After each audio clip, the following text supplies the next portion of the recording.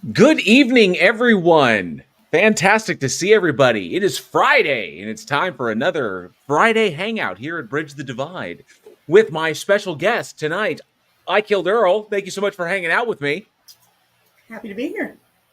Awesome. So, before we do anything, I have to apologize to the audience. I have to apologize to them because last Friday I did not do a live stream, and I wanted to do this Friday thing. I want to make a regular thing because the first Friday one I was with Jefferson Spatchcock, and we dissected this video from Gothics.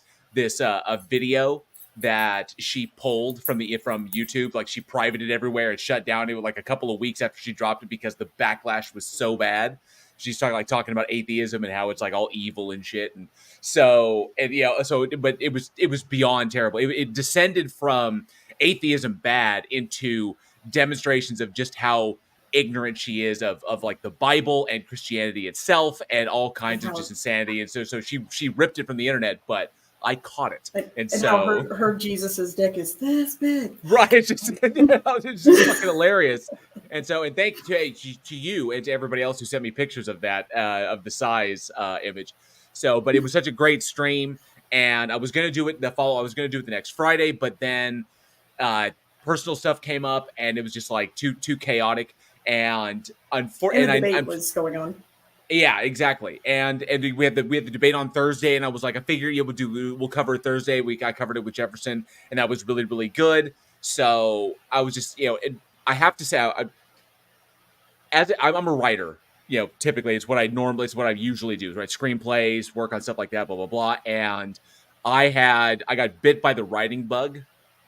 And a story. Occasionally, I'll be working on like gig stuff and stuff that I'm writing for other people, but occasionally, a story will pop into my head, and I'll need to write it down. Like I've guys like and the way my mind kind of works is like the story elements will be there, and then they'll just kind of like start swimming together like a puzzle, and the pieces start kind of fitting together, and the image starts coming in my mind, and I've got to write it down. And so I have been kind of like taken by the writing bug. I guess the muse descended, briefly, and I've been writing this new screenplay that popped into my head, and I was like, I've got to do this. So I've been focusing on that. I do have a new video coming out here pretty soon, and I will get that finished editing as soon as the creative bug has moved somewhere. So as soon as I'm done with that, I'll be able to finish editing this current video that I'm halfway through, and I'll be able to drop that as well.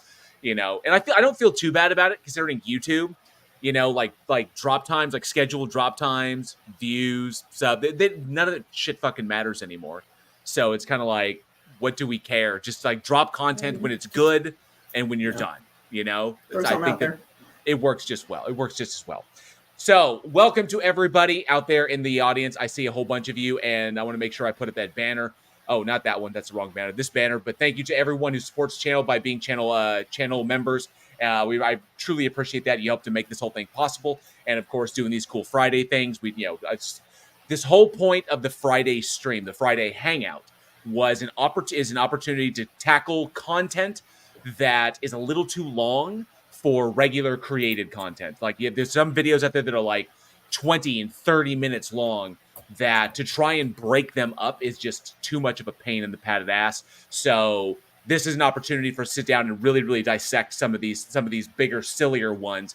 These kind of like these videos that some apologists put out that they try to bury in this massive time crunch, because who's going to take on a 50-minute video where someone's saying the same shit over and over and over and over again? You wind up cutting like 3/4 of it out just to get to what they're saying. So, but this is an opportunity to hear that kind of stuff and tackle that kind of thing. So I see a whole bunch of regular people in the chat. I'm going to try and run down this real quick before we get too big. And I see that any super chats or super thanks that come through, or any milestone chats, I will get to them, and we will cover them as they're coming in. But once we start looking at the video, I'm going to hold those. They're starred via StreamYard, and I will cover them at the end, like when we're all done. So, because this goes pretty much as long as it goes. I don't really have a set time, because it's Friday and I can hang out and I can chill. And I've carved this out specifically for this. So I'll run through these really, really quick. Good to see you, Ollie Man. Raven Darkstar, good to see you. You Hooligan, good to see you as well. Left-Handed Jedi, thanks for being here. Cindy Johnson, yes, you did catch a hangout. Thanks so much for being here, Cindy. UDEF, good to see you. Adam Strange, this was up my Globetards and Heretics. Good to see you, bud. Can't wait for Final Experiment. What do you think? Let me get a quick opinion. Final Experiment. Have you heard it? You've heard about it, right? Okay, so flat Earth community. There's a big thing going on. The trip to The the trip to South Pole. Antarctica. Yes. Okay, what? Yes, Okay, I've just definitely heard about that. Yeah. really quick. What do you think is going to happen in the immediate aftermath of that? I think that they're all going to, because everything's a conspiracy. You can't ever give them actual factual information without it being like I've asked them repeatedly. Flat Earth is one of my guilty pleasures, so I tend to watch a lot of the a lot of the debates. I've learned so much about our planet just from doing that. You try to give them factual information, and then it just all devolves into like, oh, it's the government or whatever. And I've tried asking them repeatedly, like, you realize that there are other space agencies besides NASA, right? You know, because they always go back to NASA as being this, like, you know, shady, dark, you know, enterprise that it just, none of it makes any sense. Right. But I think that it will probably still devolve into, no, they didn't. Is essentially their whole argument is just you know, I find it super interesting that there are already flat earthers like Level Earth Observer and a number of others that are already turning on Jeranism. That like the trip hasn't even happened yet, and there's already dissent amongst the ranks, in which some sides would be like, well, if you're gonna go, well, you were just a shill the whole time, when they've already spent like 3, 4, 5 years. You're part of the conspiracy. Putting that forward is like pushing him, like, that like it was him and like the guy from Globebusters, you know, he passed away recently, but anyway, Bob Nodell. And so they've been pushing him forward as the, like, these are the guys who know what's going on. And then it's like, okay, yeah, I'll go on the trip, because legitimately, I'll give it to Jaron. Science, he's legitimately interested in science.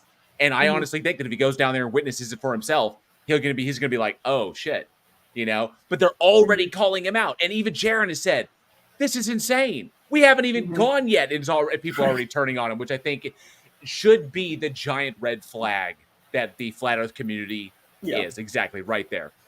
Skeptimus Maximus, good to see you.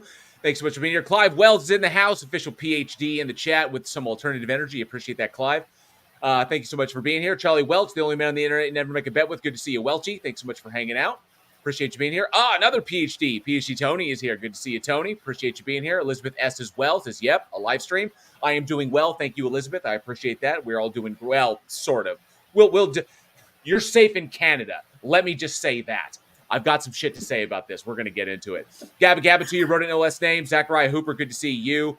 So many amazing people. Let me see. Who else? Make sure I didn't miss anybody. Eric Mishima, good to see you. This is my first live here. Hello, my hoopy fruits. Good to see you, Eric. Thanks so much for hanging out with us tonight.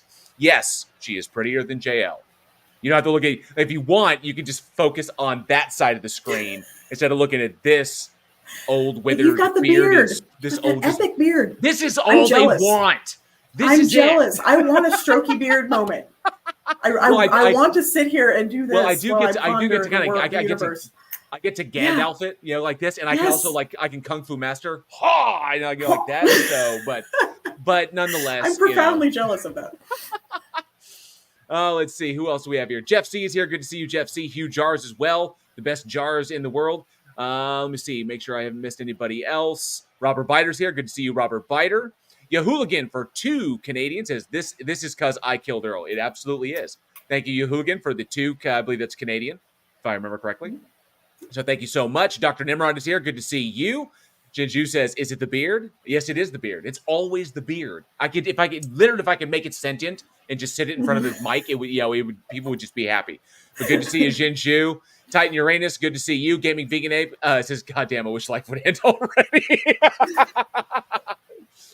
Gaming Vegan Ape, you're a legend, and it's like you're tapping into the very depths of something I have to say. But PhD Tony for 5 Australians has a script that popped into your head, perhaps placed there by a quantum ghost. I hate you so much. I hate you so much, but this inside joke is never going to go away. It never is. Oh, let me see. Thank you, Dr. Nimrod, for showing all those cool emojis. If you're a member of the Godless Army, you have all these emojis that I've made for you, all these cool emojis. Hope you enjoy them. Gosh of Heckfire, good to see you. One of the best names on the internet. Fern Love Bond, Martin H, good to see you both. I didn't see Gutsick Gibbon in here. That'd be cool if Erica stopped by my stream. That'd be pretty badass. I know that Sir Sick did one time.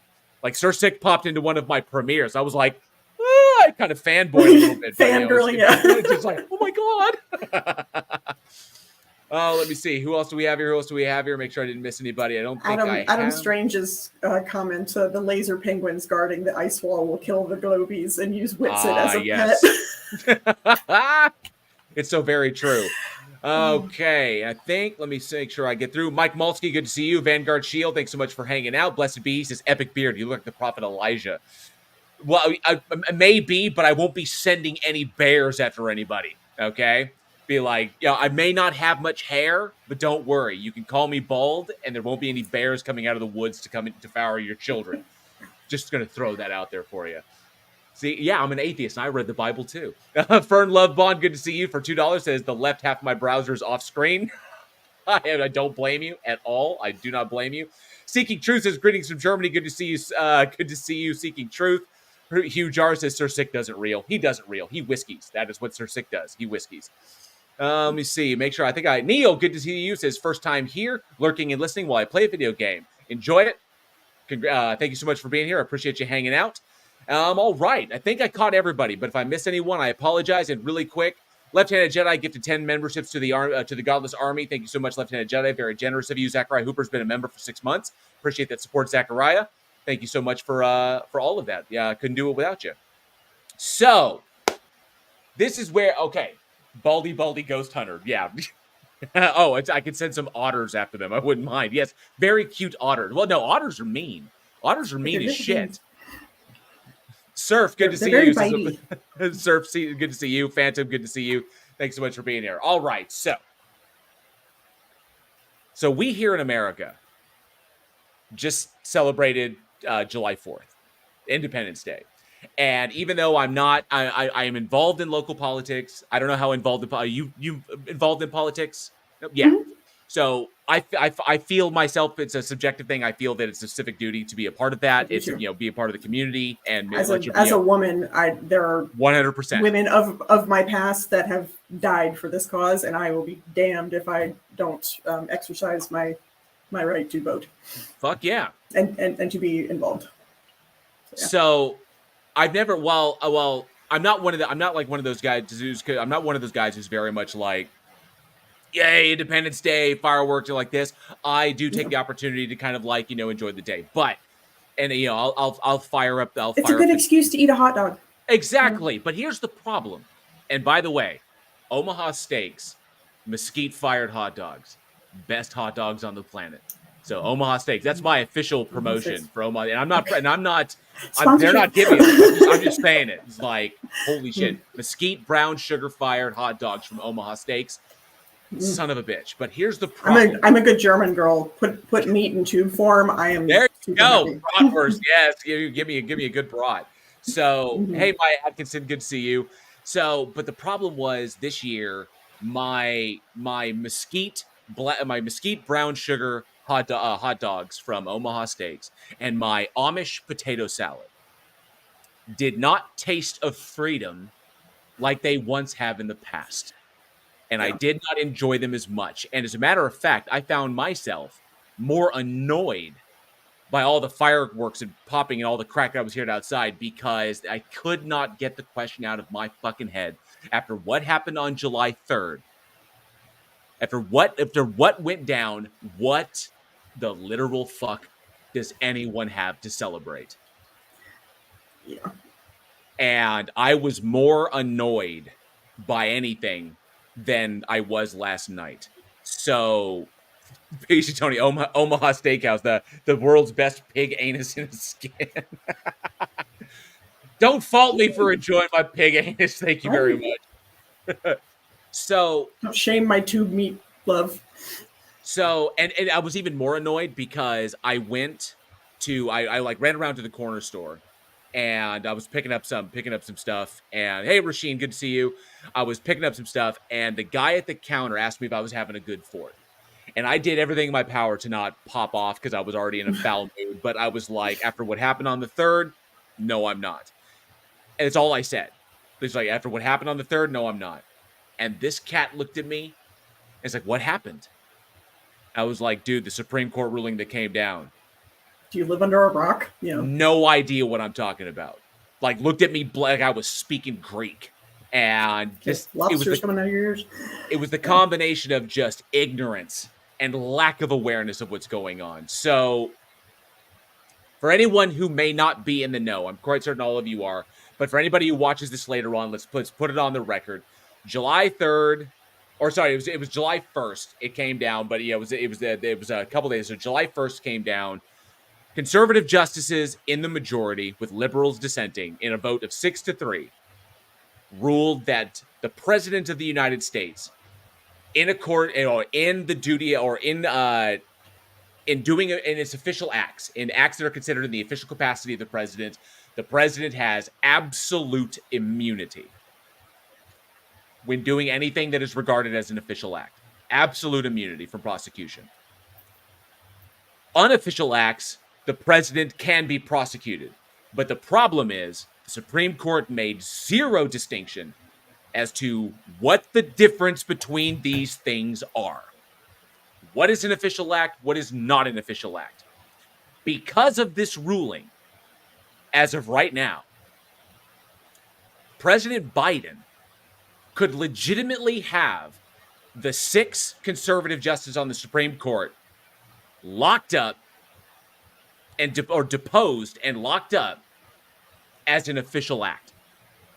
Even though technically in legal circles, that would be woefully unconstitutional, or understood as unconstitutional. It would be false imprisonment, it would be kidnapping, it would be it would be ridiculous. But he can, because it's an official act. It's an official order from the president. He can order the military in, he can depose them, he can have them arrested for whatever reason, sedition, treason, anti-American acts, whatever, that he technically could do it. And I don't know where the hell this country is going. I don't.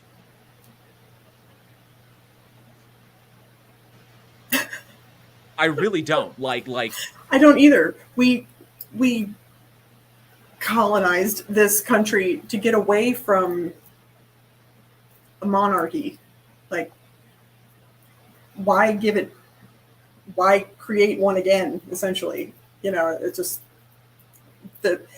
having read the ruling now, like, I don't know, like 4 times, they don't actually offer much of an explanation as to what made them think that this was, like, the reasoning behind what all the of reasoning this. was behind it. Oh, right. So it's all it's all like they say that it's one thing, and then this, it's actually buried in the there. Nixon stuff and the Clinton stuff. Yeah, exactly. It's buried in all of it. It's buried in there. And Legal Eagle, if anybody has not checked out the channel, like Legal Eagle's channel, and watch and listen to his breakdown of this thing, the whole reasoning behind this as to why 6-3, and if you have not read Sotomayor's dissent, if you have not read the dissenting pieces, they are fucking excoriating how bad, Brutal. especially Sotomayor. So I was like, wow, just kind of like, you could just hear the words, the death of democracy wanted to come out of her mouth, and in her opinion piece. But nonetheless, the whole reasoning, if you get this, if you think this is bad, I saw somebody said in there, Left-Hand Jedi says we're in unknown waters. There are icebergs everywhere. Very, very true. Some people say, Seeking Truth says, I'm not into politics, but this does not sound good. Yeah, it's absolute insanity. But here's the kicker. Here's the reasoning. What was the reasoning? What compelled 6 of our Supreme Court justices to sit there and say that this president has this? And the reasoning is from literally textual interpretation. And that in their minds, a president that has the scrutiny of the law held above them would thus enfeeble the president and weaken them, and that the president cannot be weak. The president must be able to be strong and influential and do his job, and that in order to do his job to the fullest, he cannot be enfeebled by something so minuscule as the fucking law. That's the reasoning that Kavanaugh and Thomas and all those other douche nozzles on the Supreme Court, the 6 of them, said, oh, yeah, the president can't be encumbered by something like the law in order to be the president. Yeah. That's where we're at. That is what has arrived.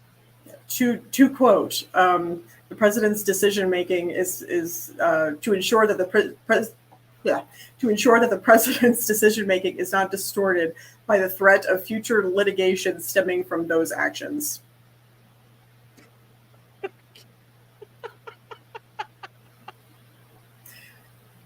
You'd think if you were doing shit that was legal, you wouldn't have to worry about that. You wouldn't have to be concerned about it. It's like, gosh, if I do this, could I be brought up on war crimes?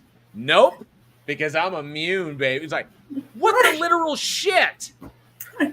You're just begging for a psychopath like Trump to go in there and just be like, oh, it's part of my official duties. I'm just, like, and it's asinine. Zachariah Hooper brings up, I guess someone forgot to tell Nixon that. No! They mentioned Nixon quite a bit. Because Nixon resigned. Nixon was like, I fucked up. I kind of broke the law, so I'm out. So that dude exited stage left even. Okay? Because he realized what he's like, oh shit, hand in the cookie jar, I'm fucked. So I'm just gonna deuce out, hand it to the next guy. It's like just, left-handed Jedi says that maybe don't break the law. You'd think that the commander-in-chief, but yay, man, military laws, they don't apply either. Nothing applies. Even though he's the commander-in-chief, he is not bound by even military law. Military tribunal of that nature, none of it applies to him. He has immunity so long as the acts are official. And what the fuck is an official act? We don't know, because they've left that for the lower courts to decide. What the literal shit? But they're also not allowed to use any evidence to make those decisions. So how the fuck they're supposed to make the determination whether something is, part of his official duties? I want to hit Kavanaugh with one of those beers he loves so much. It's just like, so. This is where we're at. Ollie Man says, bridge the divide. Trump's first official act will be to make the office of president a lifetime appointment and hereditary. So now you will have the Trump monarchy. So it's Have you seen the T-shirts? Have you seen the T-shirts where it lists how we can have a Trump dictatorship for the next 50 years or some shit, and it's Trump and then the kid and then one kid and then the other kid and then his youngest kid and then it's just Can you see it? Can you see it? I'll be fucking 80 years old. It'll be the Trump dynasty. This area, this period in American history will be the Trump dynasty. It's the fucking Edo dynasty, like the Qing dynasty. It'd be like the Trump is that. The Trump, What? Okay. My worst nightmare. So, yeah, exactly. So, but right now, in response to that, obviously. Right at this moment, considering this just came down, we just had Independence Day, I think everybody is still kind of reeling or maybe numb. They're kind of in shock. Okay? Now, there are people that have dived into this hardcore. Legal Eagle was one of them. I highly recommend you go and check out this video. He's a trial lawyer, and criminal lawyer like this, so he knows what the hell he's talking about. He brings on really educated individuals who can parse this shit out.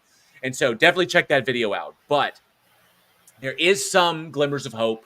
There are some people, obviously people that are jumping up and they're trying to head this off, before the pass. And right now it's beyond fucked because everybody is reeling so bad from this.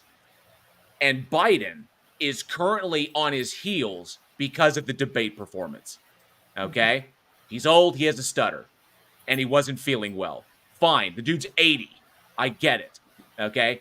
But, he really should have stuck to his I'm going to be a one-term president. I really wish that he had just stuck to that. Yeah, if the DNC had worked to set up to prop up another candidate and worked with Joe Biden in order to get to that point, that would have been fine. I would be cool with that. I'll still vote that. At this point, I will vote anything just to make sure, like, fucking, Trump does not get in office, because one of the we voted a platypus if it wasn't Trump. Like, right, exactly, right. Yeah. So, but right now there is a house, like the House Democrats are proposing a constitutional amendment to reverse Supreme Court's immunity decision. So right now, I believe it's Representative Joseph Morell of New York, top Democrat on the House Administration Committee. Has sent a letter to his colleagues informing them of his intent to file the resolution, which would kickstart what's traditionally a cumbersome amendment process. Now, to get a constitutional amendment, to get a constitutional convention, is essentially what it is, requires 3/5 of the union to agree to come in and sit down. We're going to place down a constitutional amendment. Okay. Now, it's shocking that we have to go this route, but there's a lot. I mean, I hate to say there's a lot of morons out there that apparently this needs to be written down for everybody to understand. But the amendment, if they can get it passed, will obviously, the SCOTUS cannot override that. If there's legitimately an amendment, bam, that's put down in the Constitution that the president is not above the law, that the law, that, no one is above the law, then sure, then that's great. That will prioritize democracy over this, whatever this is trying to become. Whatever this is, yeah. It would also be a huge nail in the foot for that boogeyman we've all been hearing about lately, that I see riling up all over the place. I've known about for a couple of years now, and that is Project 2025. So, if you out there have not dived into Project 2025, it's a doozy. Once you see it, you cannot unsee it. Okay? It is next level terrifying because it goes beyond Trump. It is not, Trump is a symptom. Okay? Project 2025. Trump is the puppet. Trump is the puppet. Trump is Trump is the Muppet that Project 2025 has their hand up his ass. Don't be insulting Muppets. Oh yeah, right. So Jim Henson is God. Project 2025 is, yes, Fern Love Bond says, if you have not dived into Project 2025, be prepared to learn how bad your depression can get. And Rodnell Same says Trump just distanced himself from 2025. Yes. Trump has put out statements on social media saying that I don't know what 2025 is, blah, blah, blah. Bullshit. 100% bullshit for that porn star. He pulled a goddamn Bill Clinton. He lied straight to the face of America. He absolutely did. And yeah, Bill, you lied too. Bill's never going to watch this, but Bill did lie too. You lied your ass off. And Trump lied his ass off as well. He looked straight in the eyes of the American people, and he said, "I did not do that." He can't breathe without saying a lie. It's not physically possible for the man to open his mouth without something just extraordinarily, stupidly wrong to come out of his mouth. PG Tony says, "I beg you, for the sake of your sanity, to not look at Project 2025. Watch The Handmaid's Tale instead, and try to think of how it could be so much worse." And yes, it would be. That's accurate. Yeah. If you look at their plan, I shit you not, it looks like that's not even hyperbolic. Like, it's not. It looks like fucking Gilead. It's like they fucking read that book and said, "Holy shit, this sounds is like great. Yeah. This is like The Secret under another name. We just have to manifest this shit." And it's like, there it is. Literally, look at some of the things they want to do. Absolute abortion, like an abolition on abortion. Yeah. Okay, haven't learned their lesson from the one time that America tried to completely abolish something constitutionally speaking, and that was prohibition. Thank you so much for bringing La Cosa Nostra and the mafia to America to take up that. Organized crime. Thank you so much. Thank you so much for that. And, it was so bad it required like two amendments later. Oh shit, this was a kind of a bad idea. Let's go ahead and claw that back a little bit. Enjoy your cocktails because the mafia ruined it for everybody. But you've got abortion abolition across the board. You've got basically religion seeded into every facet of our infrastructure. You've got the executive branch of the government lording over the judiciary and what's the other one?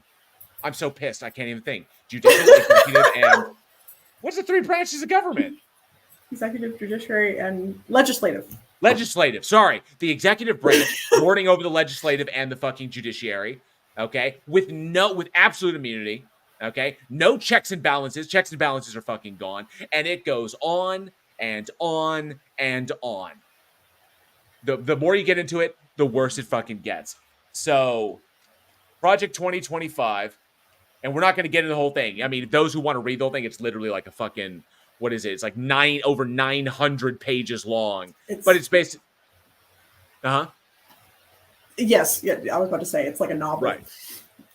So, but Project 2025, also known as the Presidential Transition Project, okay, is a collection of conservative and right-wing policy proposals from the Heritage Foundation, even though they're not the only ones behind it, as John Oliver indicated in the video that in his episode that he did recently on 2025. Yeah, Heritage Foundation. That was an excellent breakdown of this. A good overview. Yeah. The objective of which is to reshape the United States federal government, consolidate executive power, and consolidate executive power should the Republican Party candidate win the 2024 presidential election. It proposes, now this is broad strokes, okay, but for those who are not familiar, it proposes reclassifying tens of thousands of merit-based federal civil service workers as political appointees in order to replace them with those who will be more willing to enact the wishes of the next Republican president. So those people who are in those federal service jobs, those federal civil service jobs, can then be fired, and then all those areas can be appointed by the president, and they'll all be sycophants. So ones with decades of experience and knowledge and, know the ins and outs of whatever. Who went to college and did these things. Yeah, exactly. Right. That's how you get cannot be replaced by some, high school dropout, Exactly. Basically with a hope and a prayer. What was her name that was put in Department of Education under Trump? The one that DeVos. guns needed. DeVos, Betsy DeVos. Betsy DeVos, who literally thought that guns should be in classrooms because of threats of bears. That was an argument she made because of the bear threat. Yeah. And so federal civil service positions will all be filled with that, with sycophants who are just, regardless of their experience. So it asserts that the Project 2025 asserts that the president has absolute power over the executive branch. There go your checks and balances. Gone. Critics have characterized 2025 as an authoritarian Christian nationalist plan to transform the United States into an autocracy, and it absolutely is. It would undermine the rule of law, the separation of power, separation of church and state, and civil liberties, because the last-ditch effort of the Christian right, who is, by the way, dwindling in this nation, by virtue of themselves more than anything else. We can make all the logical arguments we want. We can have all the debates and we can point at how their shit is fallacious, but in actuality, it's their atrocious fucking behavior that has resulted in people leaving them en masse, which is why non-denominational is on the rise, and fundamentalism is quickly diminishing. So, but that's on them. So, Heritage Foundation President Kevin Roberts said in July of 2024 that we are in the process of the Second American Revolution, which will remain bloodless if the left allows it to be. I hate that line. Quote from Kevin Roberts. Okay. Paul Dans, the project's director, said in April of 2023 that Project 2025 is systematically preparing to march into office and bring a new army of aligned, trained, and essentially weaponized conservatives ready to do battle against the deep state. So it's terrifying. It's terrifying. The 2025 envisions widespread changes across the government, particularly economic and social policies, and the role of the federal government and its agencies. The plan proposes taking partisan control of the DOJ, the FBI, the Department of Commerce, the FCC, and the FTC. Dismantling Department of Homeland Security, DHS will be gone, and sharply reducing environmental and climate regulations to favor fossil fuel production. The blueprint seeks to institute tax cuts, though its writers disagree on the wisdom of protectionism, and 2025 recommends abolishing the Department of Education, whose programs would either be transferred to other agencies or terminated altogether. They'd be terminated. There's no transferring. Funding for climate research would be cut, while the NIH would be reformed. The National Institutes of Health would be reformed along conservative Christian principles. Right.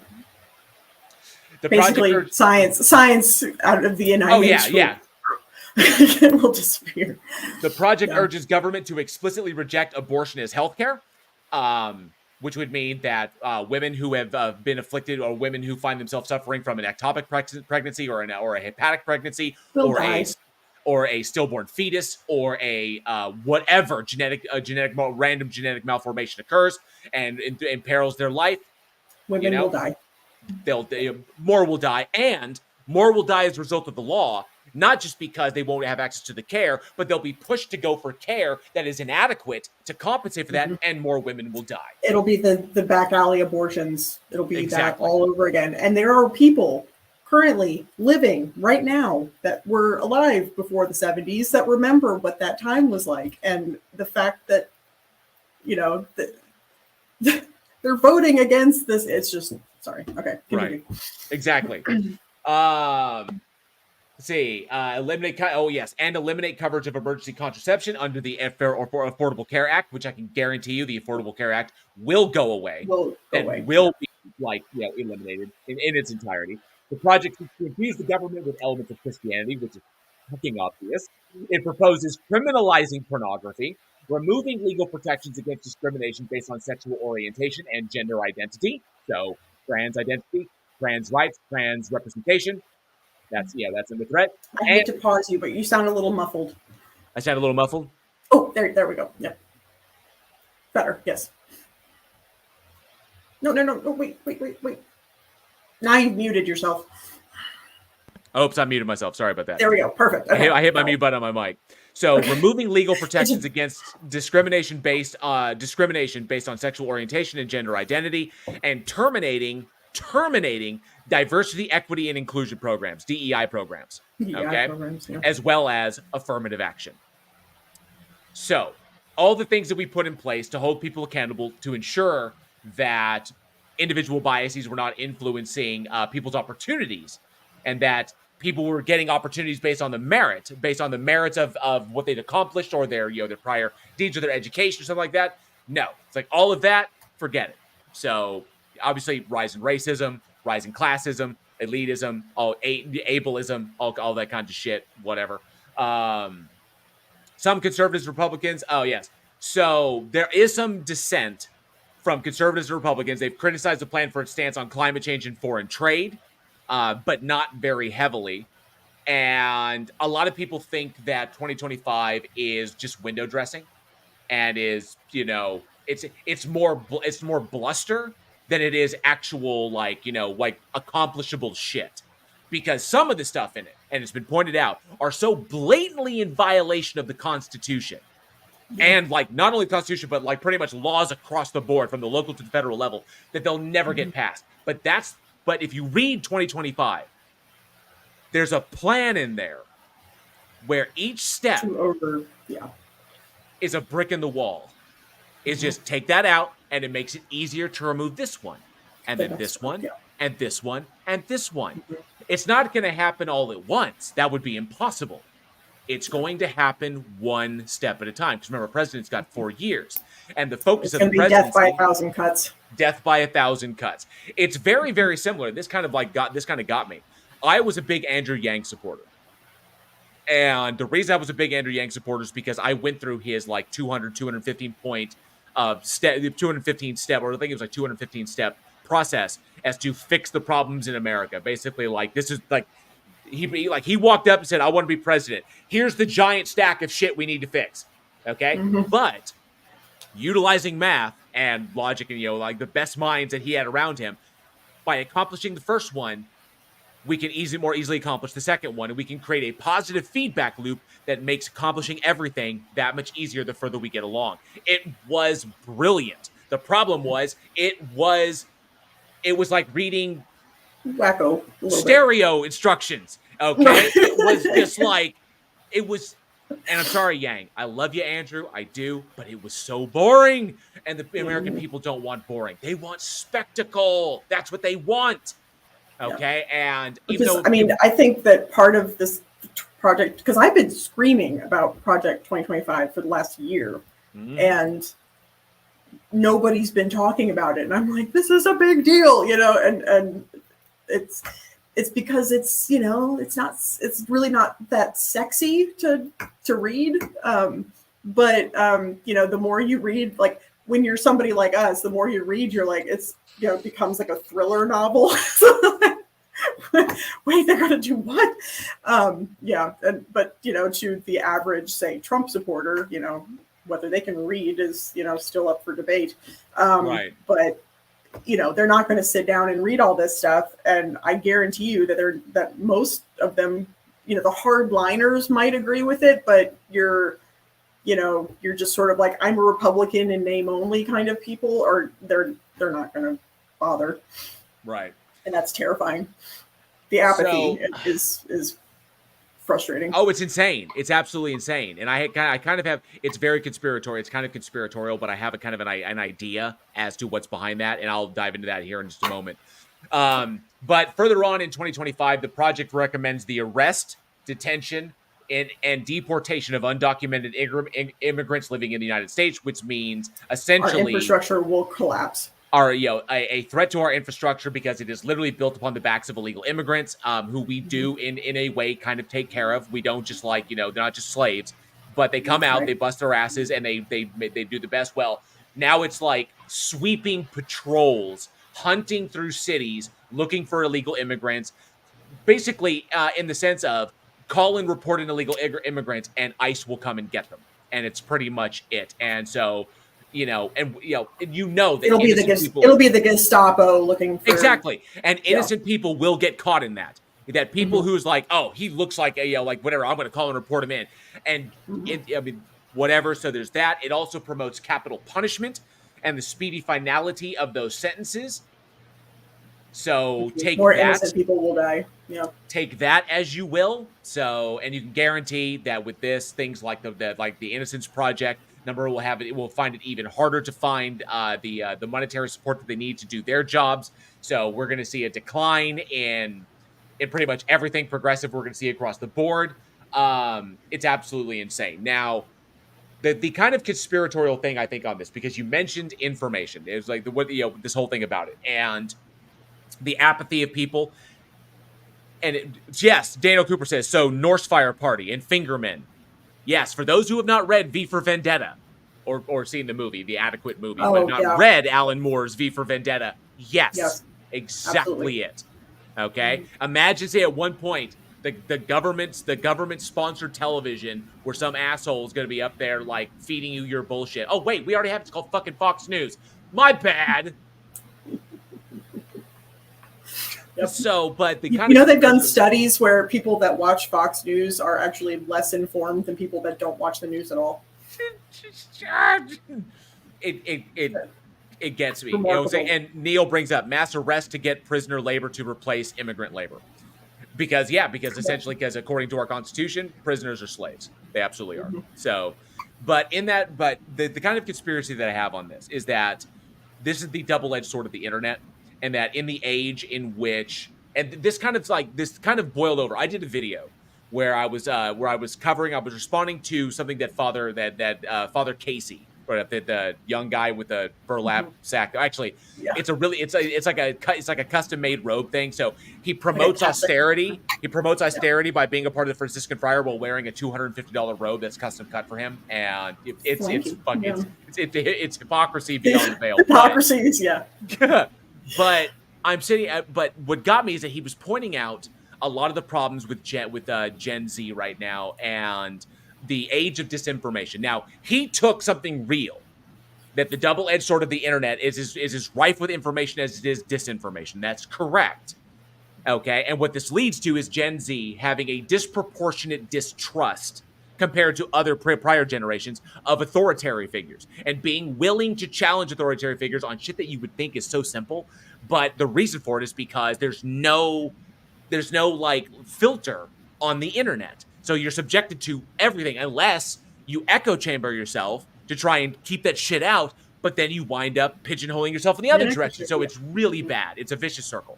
So I was sitting there thinking about it. Well, I think the reason the vast majority of people on the right, especially conservative Christians and the like, the reason they're pulling back and they don't know these things is this kind of like self-induced ignorance. And the reason for that is because they're well aware that the major place to get information you want is on the internet, or via media. But media has become so insane, partisan on either side with embellishments on both sides, that you really can't trust them that much anymore. You have to do more work. People don't have time to do the extra legwork in order to get the information. So instead of just aligning themselves to someone who might be wrong, they just don't engage. And they're pushing them, and they're basically withdrawing from the information cycle because they don't know who to trust anymore. When you don't know who to trust, that's human nature. You withdraw. Okay. And she'll be like, no, I don't know. I can't trust anybody. So I'm just going to go with what I think. I don't need your lies. And so it's the gumball analogy. Yeah. I don't believe you have evens, but I'm not going to say you have odds. So I'm just going to, Hey, I'm going to abstain. I'm going to step out. And for those of you who think that they were, but that should be that later. But despite this, don't let that stop you from voting this year. You have to vote. And I know I kind of like it was cagey on the Jefferson stream when we were talking about Gothic's video. You need to vote for Biden. I don't actually vote for whoever the Democrat is. Trump cannot get into office. If Trump gets into office, our democracy is dead. Trump is not the fear. Is not the thing right now. Trump is the puppet. Okay, Trump is like just the red flag of the agendas. And on that note, when you were saying that Trump was saying that he doesn't know about Project 2025, I'm not convinced that the man reads. I'm also not convinced that Project 2025 would even bother informing him of any of this stuff. This is all a shady back deal. This is the Federalist Society. This is all of their bullshit. And because he's the puppet, he doesn't need to be informed about any of this stuff. They can do whatever they're doing, as long as there's a Republican who's a talking head who will say, they've got Republicans in the back saying, this is what you're supposed to be doing. He will do it. And so it really doesn't matter whether it's Trump or not. The next Republican idiot that comes up will, be just as good of a puppet. So I don't know that Trump was necessarily lying in that situation, because sometimes, the less, because he's so easy, it's so easy for him to fuck shit up. Say something off the cuff that would not be in the best interests of their agenda. Keeping him ignorant is probably a good idea as strategy goes. That makes sense. And my kind of conspiratorial thinking on this is that people backing off and kind of abstaining from the information cycle and not wanting to, and basically inadvertently committing themselves to ignorance in the whole thing, that may actually be the goal. Mm-hmm. Okay, given the powers that control our various media outlets or whatever it may be, given the powers behind them, what does it serve? To try and convince people of a lie, or make people so afraid that they simply don't engage, and their apathy or their fearful ignorance, leading to apathy or inaction, allows them to accomplish their goals. And that's what I'm afraid of. The whole entire Republican Party has now pushed this lie that our voting systems are fucked. So they don't have any trust in that institution anyway. Right. If they don't have any trust, why would they bother voting? Because they just figure it's all going to be rigged anyway. I mean, Trump actually said, just don't bother voting. And then had to kind of, then everybody was like, don't tell it, don't. Sort of had to walk that back a little bit because he made that brilliant gaffe. Why vote? Just don't bother voting. And just don't bother, because the whole system's fucked anyway. Because the whole system's fucked, yeah. And so that's exactly, they're shooting themselves in the foot, but and that's exactly, and I know it's conspiratorial to think that, and to think that there's this kind of agenda that's there. But looking at Project 2025 and what their plans are, I don't think this is beyond the pale to think that this is a possibility. I'm not saying that this is the case. It just seems to stink in that direction. That if you can't convince everybody of the lies that you're telling, because they say the lies, people run with them. Mm-hmm. The lies get sussed out in court, and then we find out that they're lies, and then people wind up going to prison, people wind up paying enormous fines, whatever, but people get fired, they lose their careers, and then what do people do? So it's this back and forth So you either do that, try to convince them of your lie, or you make them so fucking afraid that they can't trust But they're shit paralyzed. that they simply don't do anything. And like hearkening back to that quote, who I can't remember, I used to know who said it, but the only thing required for evil men to succeed is for good men to do nothing. Is for good to do nothing. And if we're not doing anything because we're so paralyzed about making a misstep or who to trust, because we either don't have the time or we don't have the inclination to do the legwork, that's how they succeed. And so that's my complacency, apathy, exactly. That's kind laziness. of like my fear. The direct deal is like, and, if you can't make them my, afraid. My hooligan makes a good point that Hitler almost took over the world with a plan like 2025. He's absolutely right. So anyway, that's the kick right there. Now, Dr. Nimrod did bring up something. I think it was, where did he say? I think Dr. Nimrod was bringing up Bridge the Divide, where we're going to look at a video. I thought you said you had that. Yes, we do have it. I do have it already queued up and ready to go. This was just a really, really big thing. We're venting. I'm venting, okay? I had to whinge because I didn't get to enjoy my brown sugar mesquite hot dogs because of motherfucking the Supreme Court. You ruined my Independence Day. My Amish potato salad didn't taste quite so good. Didn't taste of freedom like it should have, okay? I only get to eat that shit like once a year, okay? Because it's really hot dogs bad for you. I bought them. They're in my refrigerator. I couldn't make myself make one. I felt so... I was so just like I was so undone that I couldn't even enjoy my tube meat. What the fuck? Oh, Vesta Freya, good to see you. Says, who scares me more than Trump is Pierre Poilievre, if I'm pronouncing it correctly, leader of the Conservative Party, because he is smarter than Trump. There's a lot of people out there, and that ain't exactly if Trump Ron is the DeSantis bar for scares smart. The shit out of me. Ron DeSantis scares the living shit out of me, but he's an idiot, and I think he's an idiot. He's smarter than Trump, though. He's smarter than Trump, but the dude actually thought he was going to take on. The fucker thought he was going to take on Disney and win, and that shit backfired on him hard. I thought that was you can't go up against the mouse. You don't fuck with the House of Mouse, my friend. The Mouse of House will get you in an alley. I'm sorry. Yeah, absolutely. Yeah. They have people that know people that. You think you're in charge of Florida, my friend? You ain't. Okay, when I think it was 80% of the money that state brings in is because of Disney. You think you have power? Please. Mickey's over there. But he's been making bills left and right that are just draconian as fuck. It's and he's doing it. He's got public support. Daniel Cooper says, if Biden wins and assuming not too dramatic a change in House and Senate, day one and second term should be pack the court. The idea is hopefully that if whoever the Democratic candidate is, if it happens to be Biden, so be it. If it happens to be another Democratic, if they don't nominate him, put up somebody else, fine. But we would hope for a blue wave, and then we would see the Dems take the House and the Senate. Because if we can control the House and the Senate and have the president, if the Dems can, I hate to say we because I'm really more centrist in that sense, but if the Dems can take the House and the Senate and the presidency, then we can actually roll back some of this insanity that has happened and try to put, measures in place that can stop this shit, before it gets out of hand. So that's a hope. That's a fingers crossed. So, I wanted to address. Oh, sorry. Go ahead. Oh, so sorry. With Trump, the bar is really so low. It's not hard to be smarter than he is. Very true. Exactly. I wanted to address Blessed be he. I'm struggling to feed my kids under Biden's economy. Well, then the Republicans should have extended the child tax credits. They should. The Republicans shot all that shit down. The inflation that we're dealing with right now happened because of Trump, throwing in billions of dollars for rescue shit. And it's just that the pandemic, we're still catching up with all of that stuff. You're probably dealing with Trump's tax cuts that did not at all help the middle class. Not at all.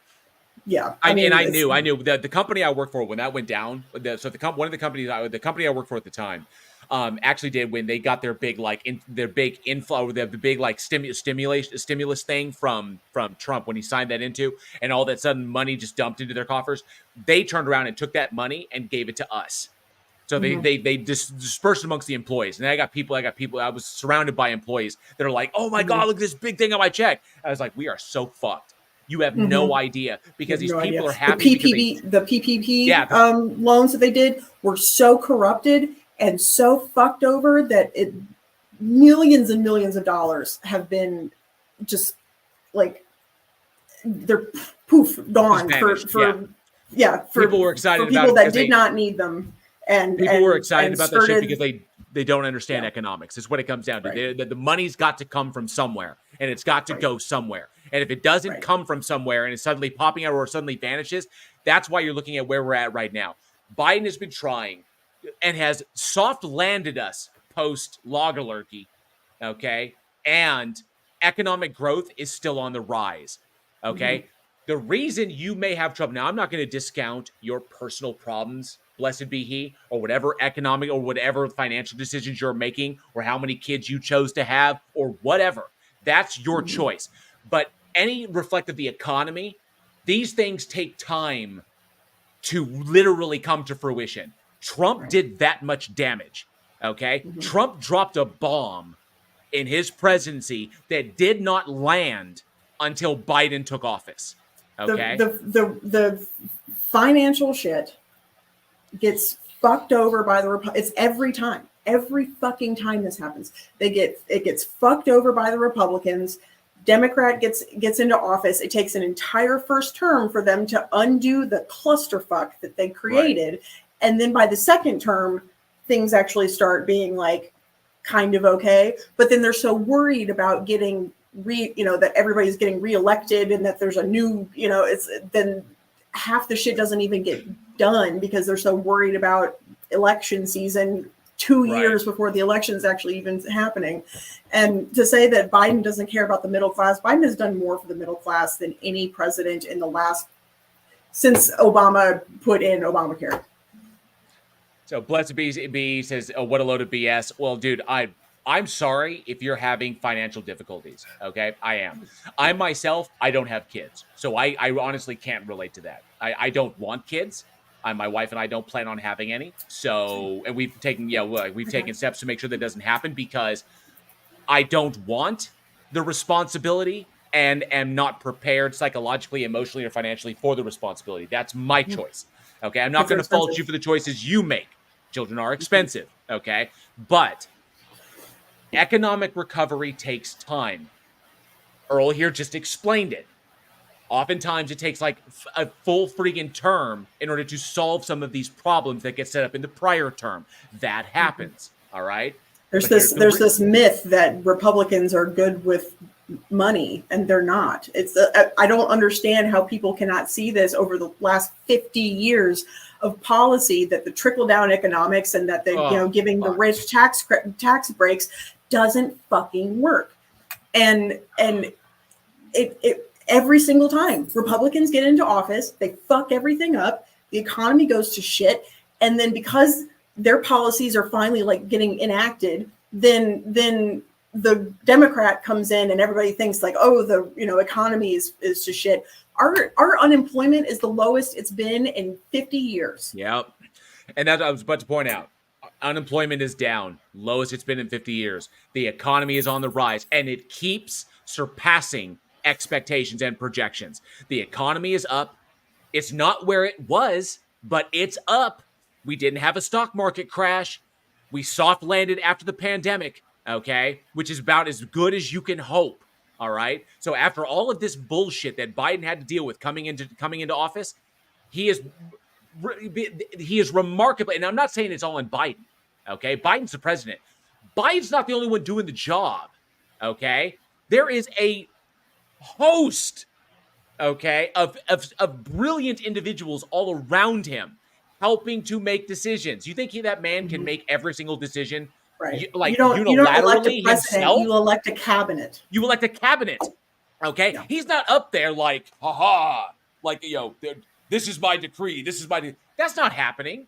Okay. He has got teams of people, and those people have teams of people that work together to come up with these solutions. He's thousands working with economists and thousands of people to help us make the best decisions possible. Okay, because there's a lot of brilliant minds out there, and it would be pretty dumb if Biden didn't make use of the tools in his toolbox in order to make that shit happen. So sorry that you are having financial difficulties, but your financial difficulties are not Biden's fault. Blessed Okay? be he, you're an idiot. Trickle down economics does not fucking work. Has never worked. Has never worked. Look up any financial, any research on this, and it does not work. It has never worked. It will never work. He says trickle-down economics works. Give the money to the producers and manufacturers to employ more people. But here's the problem, blessed be he. That didn't happen. They never That is not what happened, because the problem with trickle-down economics is that the people at the top need to be willing to give up the money. But money is power and political speech. With more money, you can influence legislation. So trickle-down economics did not account for the fact that motherfuckers be greedy as shit. You put money in their hands, they are not going to part with it unless they're forced to part with it. No. Okay, Reagan they like their Bentleys, and they like their mega mansions, and they like their yachts. They're not going to give up that. They're not kind people that are then going to trickle all that down to their workers. It's just not going to happen. They don't do that. The plan worked on paper, but it required other people adhering to the plan, and they didn't do that en masse. Corporations and at the time, near billionaires, whatever, they held on to that money, and they only spent as they desired to spend it. And the vast majority, none of that money trickled down to the economy. None of that helped. Okay, he basically just said, "Hey, rich people, here's a shit ton of fucking money. Make sure that this trickles down to the economy so we see that boost." And they just didn't do it because there was nothing in law to state that they had to. You can't tell people how to spend their money. So why would you give them dump truckloads full of money when you can't tell them how to spend it? That's the problem. Yep. That's the whole reason that Trump's bullshit didn't work, because he essentially did the exact same goddamn thing. Now, a few corporations out there, because they knew the optics, because remember, the internet didn't really exist when Reagan did this shit, but it exists now, and optics are a major thing. But so people were pointing out, this shit is not going to work. This just not going to work. So there were a number of corporations, in order to maintain positive optics, they took that money from the government and they gave it to all their workers. Instead of enriching themselves, they gave it to all their workers based upon seniority, whatever metrics they had in place. And that makes them look good. But guess what? That's just taking the problem and spreading it out amongst the people who work for them. And what do you think those people are going to do? And then they never did. And then they never increased it to scale to deal for exactly, because now all of a sudden we got change for inflation. They never adjusted for inflation, and so our paychecks have been stagnant over the last 40 years, and like they haven't raised the minimum wage in ages. I mean, it's been like they haven't substantially raised it in ages. Nobody in this country right now can be on a minimum wage job and afford a 1-bedroom apartment. Yeah, it's insane. I've heard some of the prices where I used to live when I lived in Dallas. I lived in the DFW area, and I lived in various areas. I lived in like downtown Dallas, like 10 minutes from all the fancy stuff. From 10 minutes, not 10 minutes from Deep Ellum, in a not great part of town. I lived in Allen at one point. I've lived in Richardson. I've lived in Plano. I've lived all over DFW, and it steadily went up. Fortunately, I had a job that could compensate. It was a soul-sucking, drag your hope for life out of your asshole job, but it paid, and so I was able to compensate. I was able to, to get through that. But blessed be he. Learn economics is the only thing I can tell you. Just learn economics. Yeah. You do not understand economics, okay, and how it plays a role in this country, okay? Yeah. You're only pissed because you don't have the money you need to make ends meet, and the talking heads in media are telling you who to be mad at instead of going out and doing the work. Who votes against raising the minimum wage? You know who that is? It starts with an R. Ends in obligans. It's not Democrats. Democrats have been trying to raise the minimum wage for ages. Republicans refuse to do it. So keep voting against your own interests because it's working out so well for you. Jinju says they knew Reagan's plan was failing 8 months after it started. I have no doubt they Right. probably knew sooner than that. It was like, oh, this might have not have been a good idea, but whatever. See, this is when I need a strokey beard moment. But that being said, and hey, Shovelhead Steve, good to see you. Diarrhea trickles down. It certainly does. The shit rolls downhill. It absolutely does. Like my dad used to say, my dad wasn't the brightest of people, but he had his little like isms that I thought were great. And he was like, America is like a giant tree full of monkeys. And like every branch is a different kind of level. And all the monkeys on the bottom, and all the monkeys at the top, they all look down and see nothing but smiling faces. And all the monkeys at the bottom look up and see nothing but assholes. So, yeah. Anyway, we do have a video to take a look at, and we're going to dive into that because I know Dr. Nimrod wants to hear what we have to talk about. Blessed be he. To put a kind of a period on this interaction that we got going on here until you learn economics and you can actually keep up with the conversation. Maybe you should pray to your God for help, but your God doesn't exist, so I don't know what to tell you. Maybe go to school. I have no idea. You have a lot of opportunities because remember, you're in America for now. Anyway, nonetheless, the video that we have today, yes, is from, and I shit you not, I'm not joking, is from a dude named Reed Uberman. You got a crowd on today for yes. Okay. So Reed Uberman, who runs the channel and the podcast, Indie Thinker. Yes, Indie Thinker. And Reed Uberman is a Christian husband, dad, and theologian. He has over 18 years of experience speaking and teaching in Christian ministry. And he says in his bio, his passion is to help people become informed on the topics that matter most so they can speak up confidently. Now, for those, like what is his background? Like what has he done? So apparently he studied theology at Lee University, which is a private Christian university in Cleveland, Tennessee. It was founded in 1918. It's one of the oldest ones out there. But it's a private Christian university. It's also kind of like training camp for Christian nationalism and alt-right, and like all the alt shit you hear about. And he also studied at Bethany University, which I believe recently shut down. But Bethany University was a 4-year private coeducational Christian university located in Santa Cruz County in California, and it closed down in 2011. It was endorsed by Assemblies of God USA. That tells you who they are. And Assemblies of God are a Pentecostal denomination. They are one of the more extreme versions of Pentecostalism. Ooh. So, but yeah, Pentecostals just intrigue the shit out of me. I always ask them snakes or feathers. I always ask them snakes or tongues. I say snakes or tongues, and they always get a kick out of it. So right, yeah, it's like watching a freak show. It's a circus. It's right. I can't look away. It's fascinating.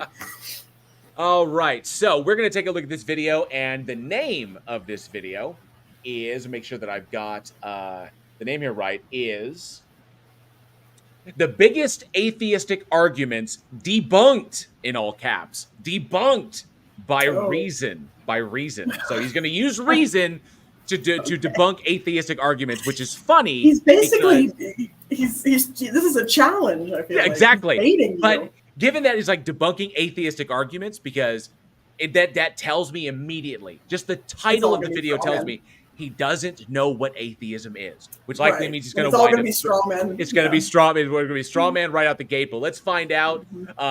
So let's pull up this dude who is like, I shit you not, his last name is Uberman, and when you see what he looks like, it's definitely Uberman.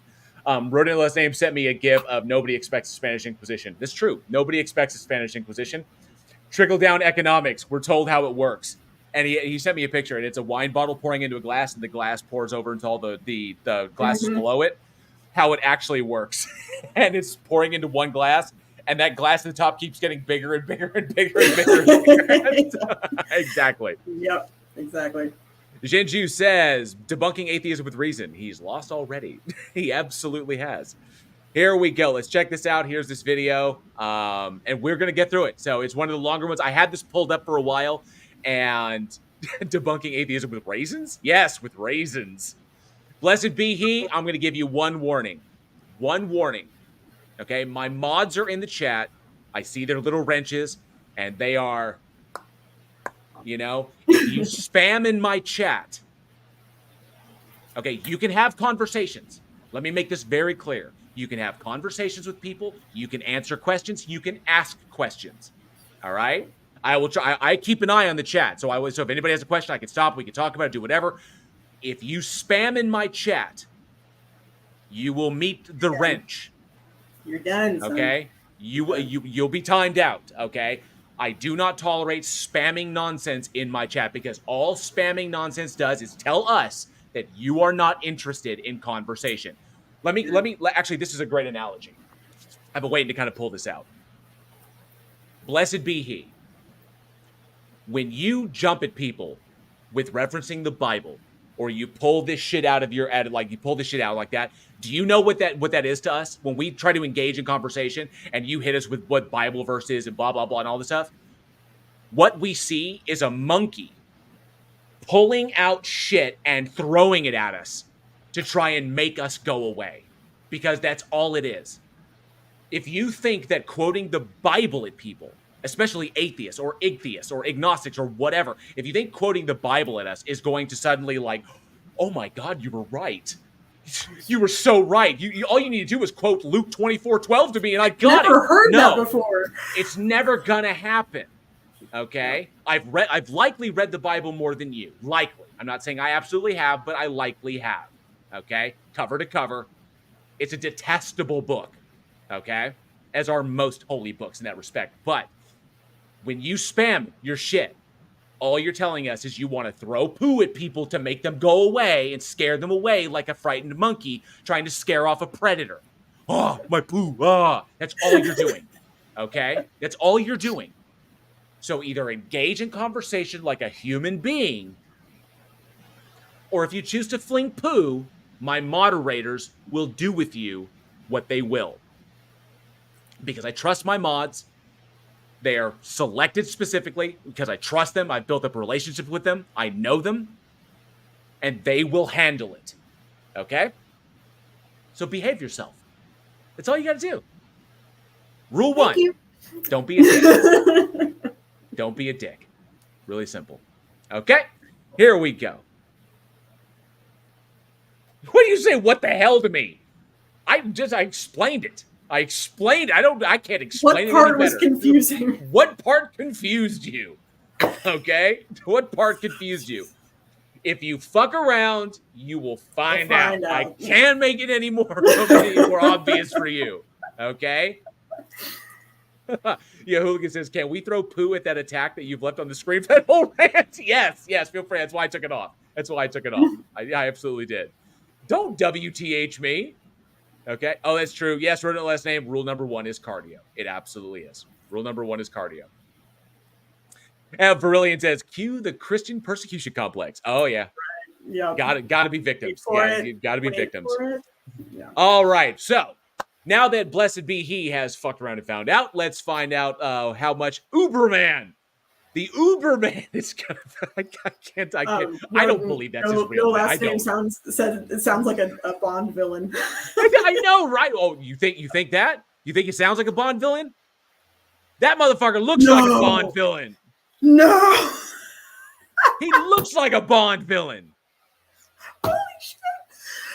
Wow. He's about to strap your secret agent to a table and threaten him with a laser. Laser your eyeballs or something.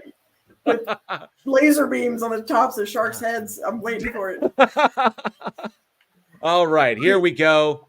Let's check this out. The Ubermensch. Yes, thank you, Daniel Cooper. Let's check out what Reed. His name is Reed. Reed. It's an ad hom to say that his argument is bad because his name is Reed, but I'm just going to point out that it's fucking silly. So, Reed Uberman. Let's see what old Reed Uberman has to say about us atheists. See what he's going to debunk, or if he even understands what atheism is. 2 of the biggest lies in modern America, peddled by skeptics and atheists, have been thoroughly debunked, but few are paying attention to it because, Britney Spears is at it again. He doesn't. But you're. We stand Britney in this house. Thank you very much. So already skeptics, we're lying. Just like these lies that skeptics. So already poisoning the well. And only he has the answer. That's the other big fuck off red flag there. Right. And Really? nobody else is talking about this except for me. Except for me, yeah. Sorry if I offended you. You didn't offend me, dude. You didn't offend me. I want you to behave in the chat. It's not offensive. It's annoying. Okay? You don't offend my sensibilities. Okay? You just want, like I said, all you want to do is, purify yourself. It means nothing to us. You could literally speak like Gibberish. Ubuntu, and it's going to make about as much sense. It's kind of like, what? Click. Yeah. Okay, I mean, you could literally, like speak in tongues. It will make about as much sense. All right, so there you go. I'm just throwing it out there for you. So don't be a dick. Don't be annoying. Don't be like, aha, I'm gonna hit him with a Bible verse. That'll show them what's up. It's like, no, nobody fucking cares. Purify yourself, right? So yeah, Reed Uberman poisoning the well right out within like the first, for what is this, 10 seconds? Poisoning 10 seconds. The well. Exactly.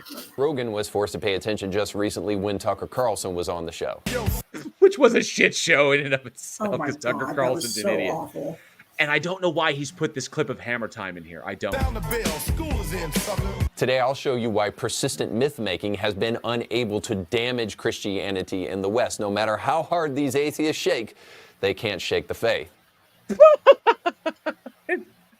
The downward trends in Christianity beg with Pew Research is calling, as the Pew Research has entered the chat, right. Be like, the numbers don't show that.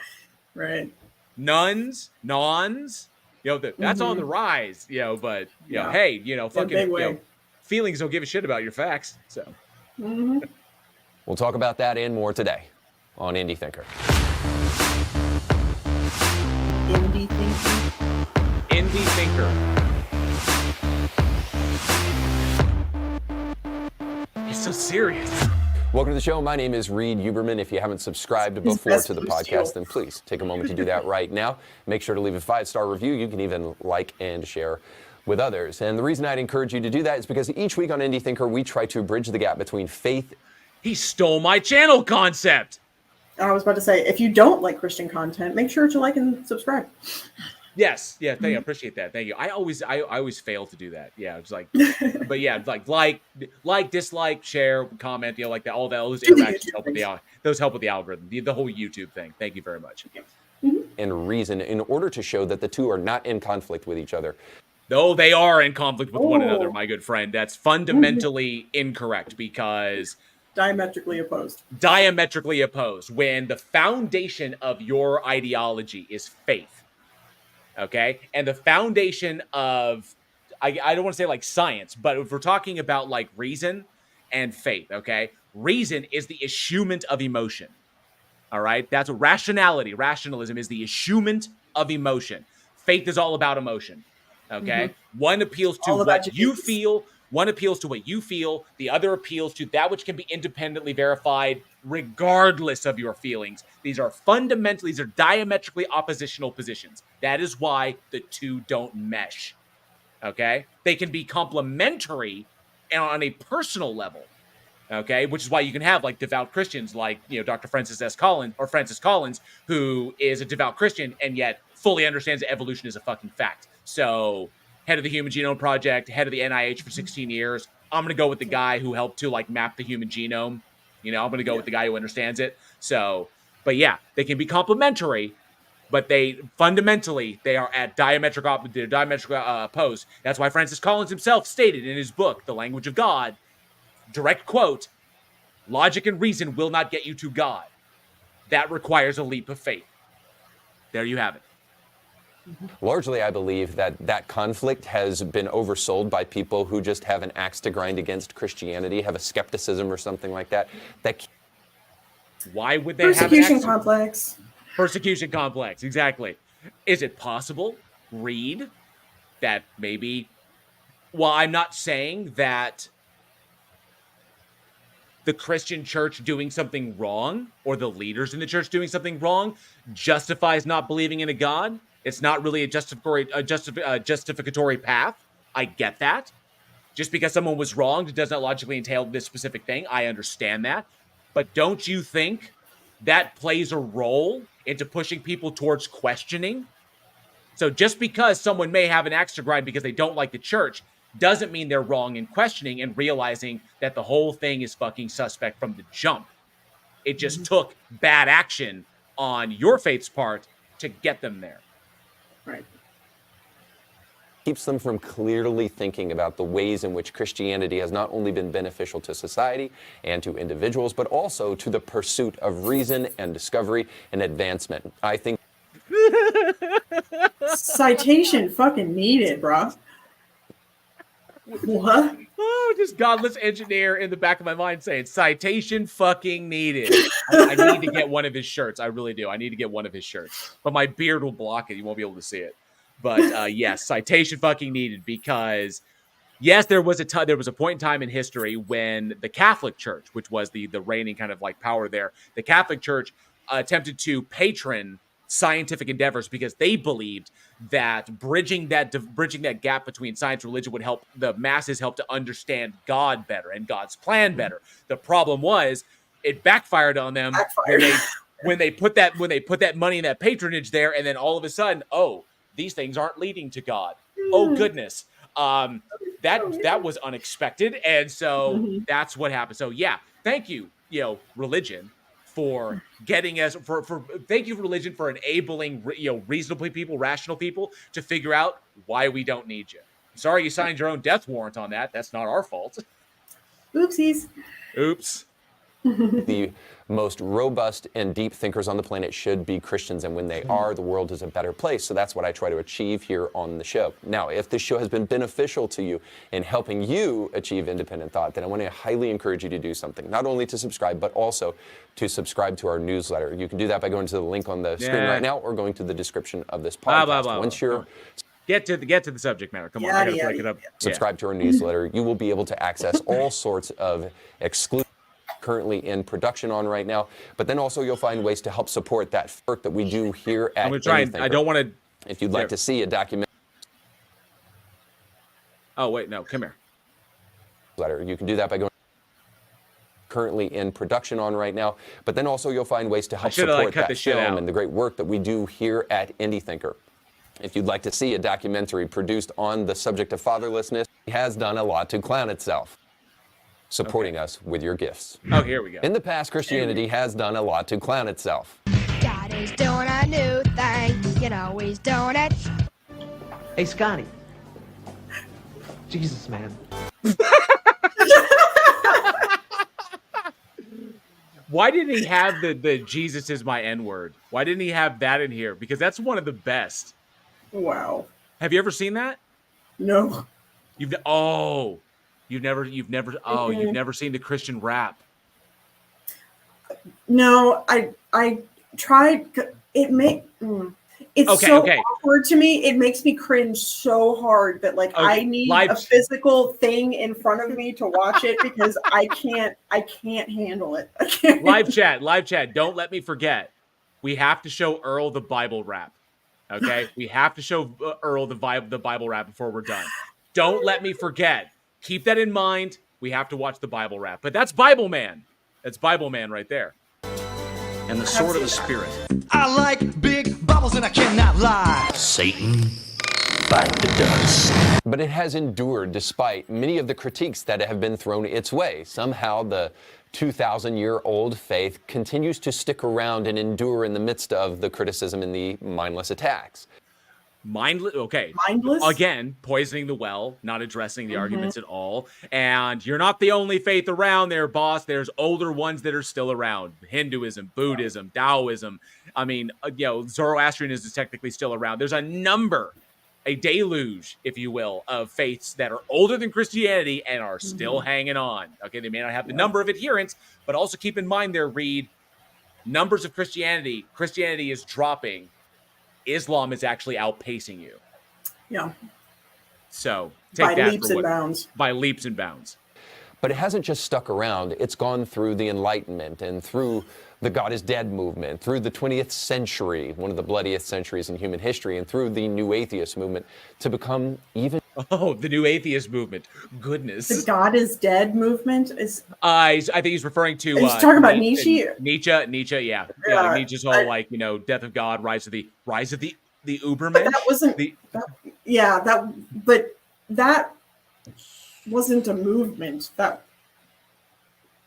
That's odd. That's just a weird thing. Right? Yeah, it wasn't a period of time. It was literally one philosopher, one German philosopher who, by the way, didn't have a great life and was who was so cynical that he didn't even exactly, and he was so freaking cynical that the thing that he wanted humans to do, which was like to recognize that all this shit was subjective, and because it was subjective, we could then establish our own, and that would help us to become what he called the Ubermensch, the overman, and that was like the goal of becoming something better than ourselves. But the man was so cynical, he did not believe that humans could do that.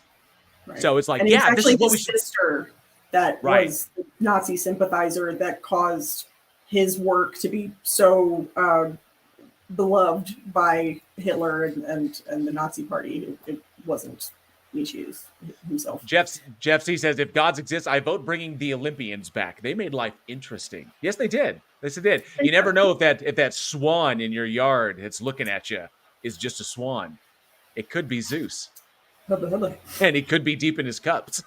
And he's very rapey, so ladies, gird your loins. Stronger than before. Almost like trying to kill this thing just isn't going to work because it won't die.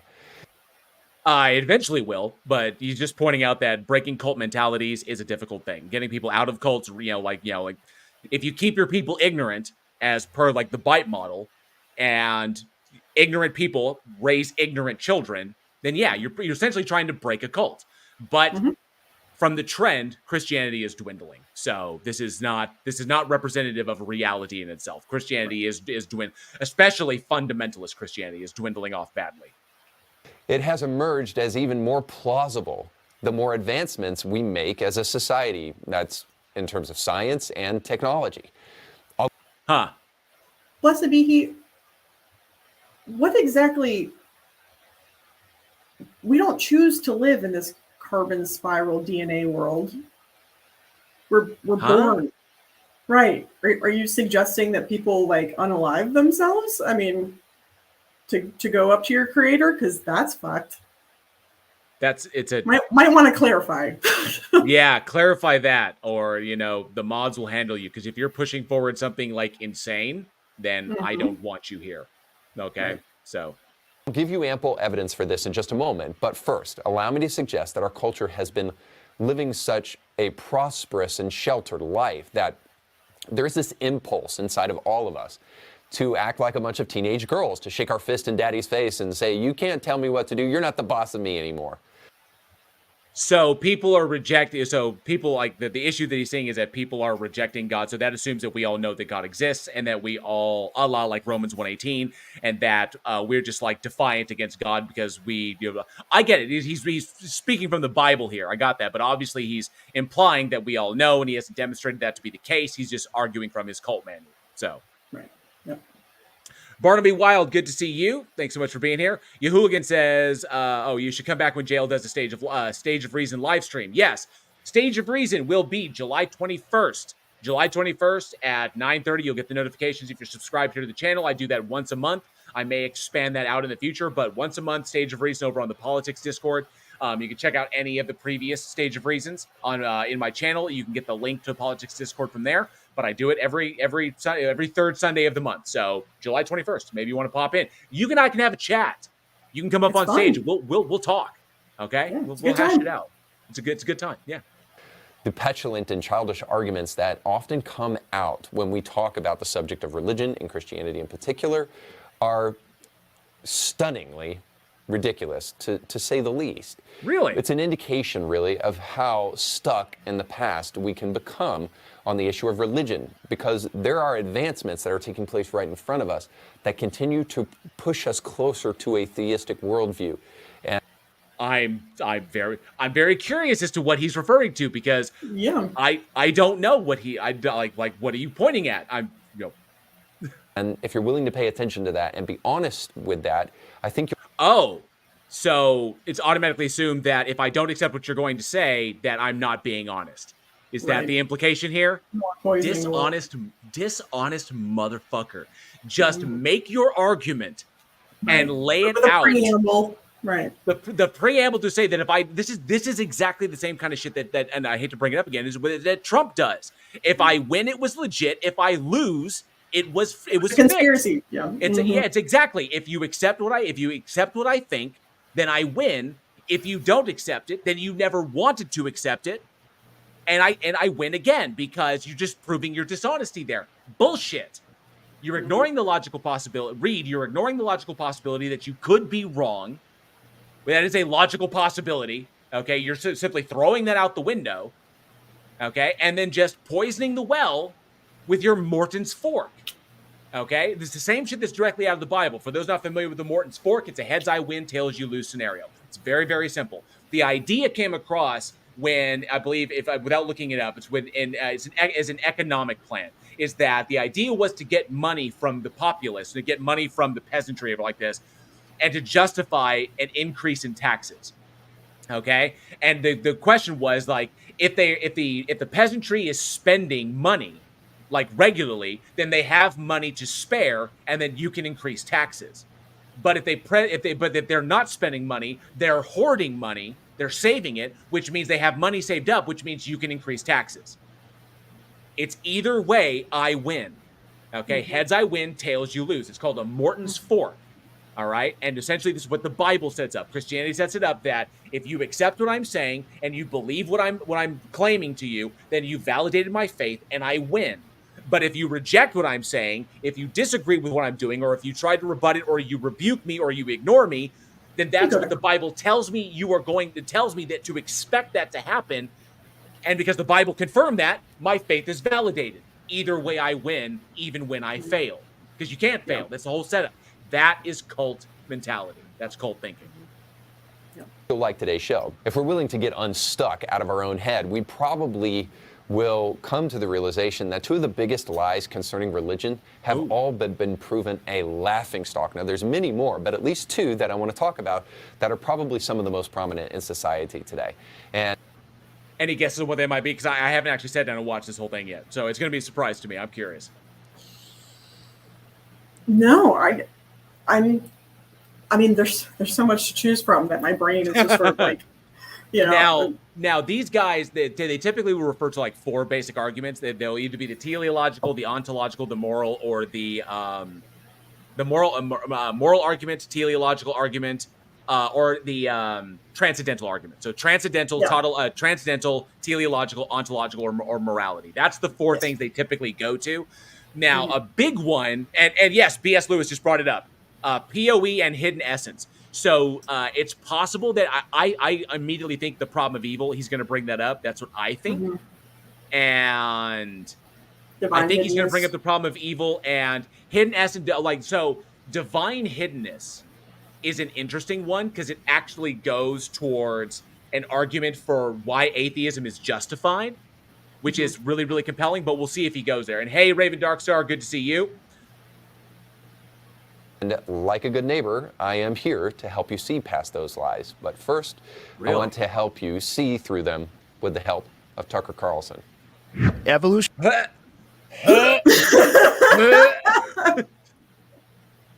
If you need Tucker Carlson to fortify your position, you've already lost, my man. But is real, and if there is this constant, real. I don't know, but. This infuriates me because Joe, we've already been. That's a lie. You know that's a lie. Yeah. He just lied. Every time I see this clip, it pisses me off because he knows that it's true. I don't know. Like, so that's such a bunch of bullshit. So, Lieutenant Jedi Tucker, I hate his laugh. Carlson, yes, did you? He chose poorly. He absolutely did. For those not familiar, and I'm sure because Guts and Gibbon covered it, Aaron Raw covered it, I think Professor Dave, virtually everybody covered Tucker Carlson on the this little sequence. It was Tucker Carlson, and Forrest Valkai did as well. But Tucker Carlson came on, was on the Joe Rogan Experience, and it was a demonstrable failure on both sides because Tucker does not think evolution is true. the repetition of selected allele, the repetition of specific allele frequencies over time, or there was a repetition. He accepts variation and Yeah, thinks that that's a exactly. law or some shit. Like, And Joe does not push back because No, Joe's in this whole kind of like just sit back and just let him like whatever, but he doesn't give any pushback, so it's really, really embarrassing. It's visible. Like you can It is. measure It's it observable. in Yes. certain animals. It's You observable. can measure Correct. adaptation. Yeah. But there's no No. Okay, but nonetheless, evidence. Adaptation is In fact, evolution. I think we've kind of given up on the idea of evolution.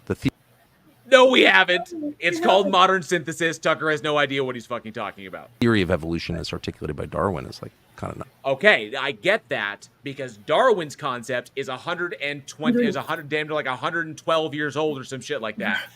So that's that antiquated we've bullshit moved that past this. there's been some work done. Okay, there's been that's gone into the shop and had some cheek fillers and some lip fillers, and but nonetheless, work has been done, and we have the theory of modern synthesis. Well, modern synthesis, which is what that is now. So, but natural selection still a thing. Evolution, demonstrable fact. The theory itself is a collection of facts that explain the phenomena. So there you go. Not true. Right? In what sense? Well, in the most basic sense, the idea that, all life emerged from a single cell organism. And that's not evolution. That's abiogenesis. That's abiogenesis. So Tucker demonstrably does not know what he's talking about. Okay? Right. So he's talking about like origin of life. Now if he's talking about evolution, if he's wanting to go back to the Luca, the last universal common ancestor, like the one, like the organism that was the progenitor of archaea, bacteria, and eukaryota. Okay, that's different. Okay, but he conflates the two because he doesn't know what he's talking about. And over time, and there would be a fossil record of that, and there's not. Yes, there is. You don't know Otherwise, how. We wouldn't think it. Like, why would we think that this is true if we didn't have evidence to support it? There's not a fossil record of, unlike theists, we don't make shit up. Right. Transitionary species, like species that are adapting to its environment. So this is interesting because Tucker is referencing how we don't have a fossil record of shit that took place 3 billion years ago, or 3.8 billion years ago. And then Joe jumps to transitional species. Now, technically, all species are transitional because we're not clones of our parents. So all species are transitional in that respect because we're constantly changing very, very slowly and incrementally. But there are transitional species. Tiktaalik is one. We're all very, very familiar with that one. But there are a number of others. Gutsick Gibbon, Forrest Valkai, great resources for those to learn about that stuff. Dapper Dinosaur as well, and a number of others. I couldn't possibly list them all out, but there it is. There's tons of record of adaptation, and you see it in your own life. I mean, I have a lot of dogs. I see adaptation in dogs, Good. And another big thing is that I want to point out, Tucker is referencing the fossil record inappropriately because the fossil record, the way I like to analogize it, and it seems to help some people, is that if you think of evolutionary biology like a highway, okay, a highway leading in one direction, like there you have a highway, all right? The fossil record are the mile markers on that highway. Okay, that's what the fossil record is. The fossil record just tells you where you are. So if you think that the fossil record is doing more than that, you have an inappropriate understanding of the fossil record itself. We use the fossil record as a reference point for the other stuff in order to confirm things that we have done otherwise. So when we made the that's a good analogy. So for when we made the prediction as to where Tiktaalik, now not only what Tiktaalik was and where we would find it in the strata that we would find it. Mm-hmm. The prediction was before we found it. Find this animal that looks like this at this point on the planet at this level in the strata. If what we've concluded and what we've interpreted is correct. That's the prediction. Then they go to that place on the planet, they dig to that spot in the strata, and they found it. That's how that works. The fossil record allows us to refine our predictive models because it's a reference point, not what everything is predicated upon. Tucker, yeah, like I said, Tucker doesn't know what the fuck he's talking about. Through the litter to litter, but No, there's no evidence at all that zero, that, people, evolve seamlessly from a single cell amoeba. No, there's not. It wouldn't have been an amoeba. Okay, it wouldn't have been. If there was, like, whatever the last universal common ancestor between the three families, between eukaryota, archaea, and bacteria, would not have been an amoeba, because an amoeba is something else. Okay, so it would have been a single-celled organism. That's what it would have been. That through the selection process, divvied out until the three families: eukaryota, archaea, and we do have bacteria. evidence of single-celled organisms becoming multicellular. We do. Seen it in labs. Which is why, while origin of life research is hypothesis, and we have a number of I like to think of it like abiogenesis as a giant jigsaw puzzle for which we do not have a box telling us what the image is. And it's this massive puzzle that we have solved large sections of, but there's still areas missing. Okay, but the more we solve, the easier it is to fit all the other pieces in. So we're slowly but surely closing in on what it looks like. But the big issue here is this: we have a lot of the pieces, though. What he's also ignoring is that there is no logical contradiction in abiogenesis being true and in a creating entity that you would label as a god existing. Abiogenesis and evolution, abiogenesis being the means by which this entity created life, and then evolution being the means by which life diversified, which are logically compatible. They're not mutually exclusive. A creating entity could have done this by using strictly natural means without having to resort to magic. Okay? Classical deism. You could run that route. So it still works. To get from this to Christianity is a huge fucking leap. It basically just ignores the logical possibility that they could be defining the God incorrectly. But that's also the kind of argument for agnosticism or igtheism, is that the category of God is incoherent, because the God is ostensibly whatever you want it to be. I am an atheist. All God concepts are nonsensical to me. They're all illogical, and they people define their God into existence, in my opinion, and it's pretty easy to debunk their definitions. So, there's no chain in the fossil record of that at all. And that's why you don't actually hear people. There is. That's how we predicted Tiktaalik. It's not the chain that you think it is, because he's thinking of the fossil record incorrectly, but it does constitute a kind of like mile marker set as to we can indicate these, and then we go elsewhere like phylogenetics and places like that to fill in the gaps. Okay, it's a multidisciplinary field. Okay, that even PhD Tony, who I think is still in the chat, works in geophysics, and even an understanding of that field plays a role in all of this. It's multidisciplinary. Absolutely. You can't just look at one thing and say, "Ha this doesn't solve the problem," and ignore all this other shit. Right. For them to say that evolution is false is to ignore many, many, many different disciplines that rely on evolution to function. I mean, our medical system, our like you're saying, geology and all that. It's like all of it comes back to evolution. And so to say that none of it's real is like, okay, well, do you believe in the common flu? Right. Do you get a flu shot every year? Because germ theory of disease, atomic theory of matter, theory of quantum electrodynamics, plate tectonics, you name it, the theories go on and on. And they accept them. They accept it's like, because it either isn't important to them and doesn't hold any sway in their life. Like, how, I don't know, obviously the theory of plate tectonics doesn't hold massive sway in Tucker Carlson's world. It's like, what does he fucking care about continental drift at all? Even though the shit that we know from it is really explanatory for a lot of other things. So, but nonetheless. Hear them make reference to evolution because the theory of adaptation is obviously true. There's no such thing as a theory of adaptation. There's no such thing. He's essentially agreeing with evolution. He just doesn't want to say that because it's icky. It's a bad word. It's a bad word. Yeah, you don't you'll agree to everything about it. Like I had a debate once with this old dude named Eric something. I can't remember his last name, but Eric Jewell. Okay, and I got him question by question. Do you agree that this happens? X happens. Do you agree that Y happens? Do you agree that Z happens? Then you agree that is evolution. It's like, no, it's not. He just straight up and said, it was like, I'm defining evolution. He agrees with the entire terminology. He's like, that's evolution. He was like, no, and he paused. No, it's not. That's not evolution. I was like, what do you did? Yeah, that's what we're dealing with. Either that or Tucker is straight up playing to his base. Playing to the there's no doubt that that's exactly what he's doing. I still think he's that dumb, but he's absolutely playing. He's also, the two are not mutually exclusive. He's also playing to his base. Jeff C said, I had a nuclear facepalm when Hovind said Scientific American was a peer-reviewed publication. That's like saying Nat Geo is it's like come on, man. Right. I'm gonna quote me some Biden. Come on, man. Come on, man.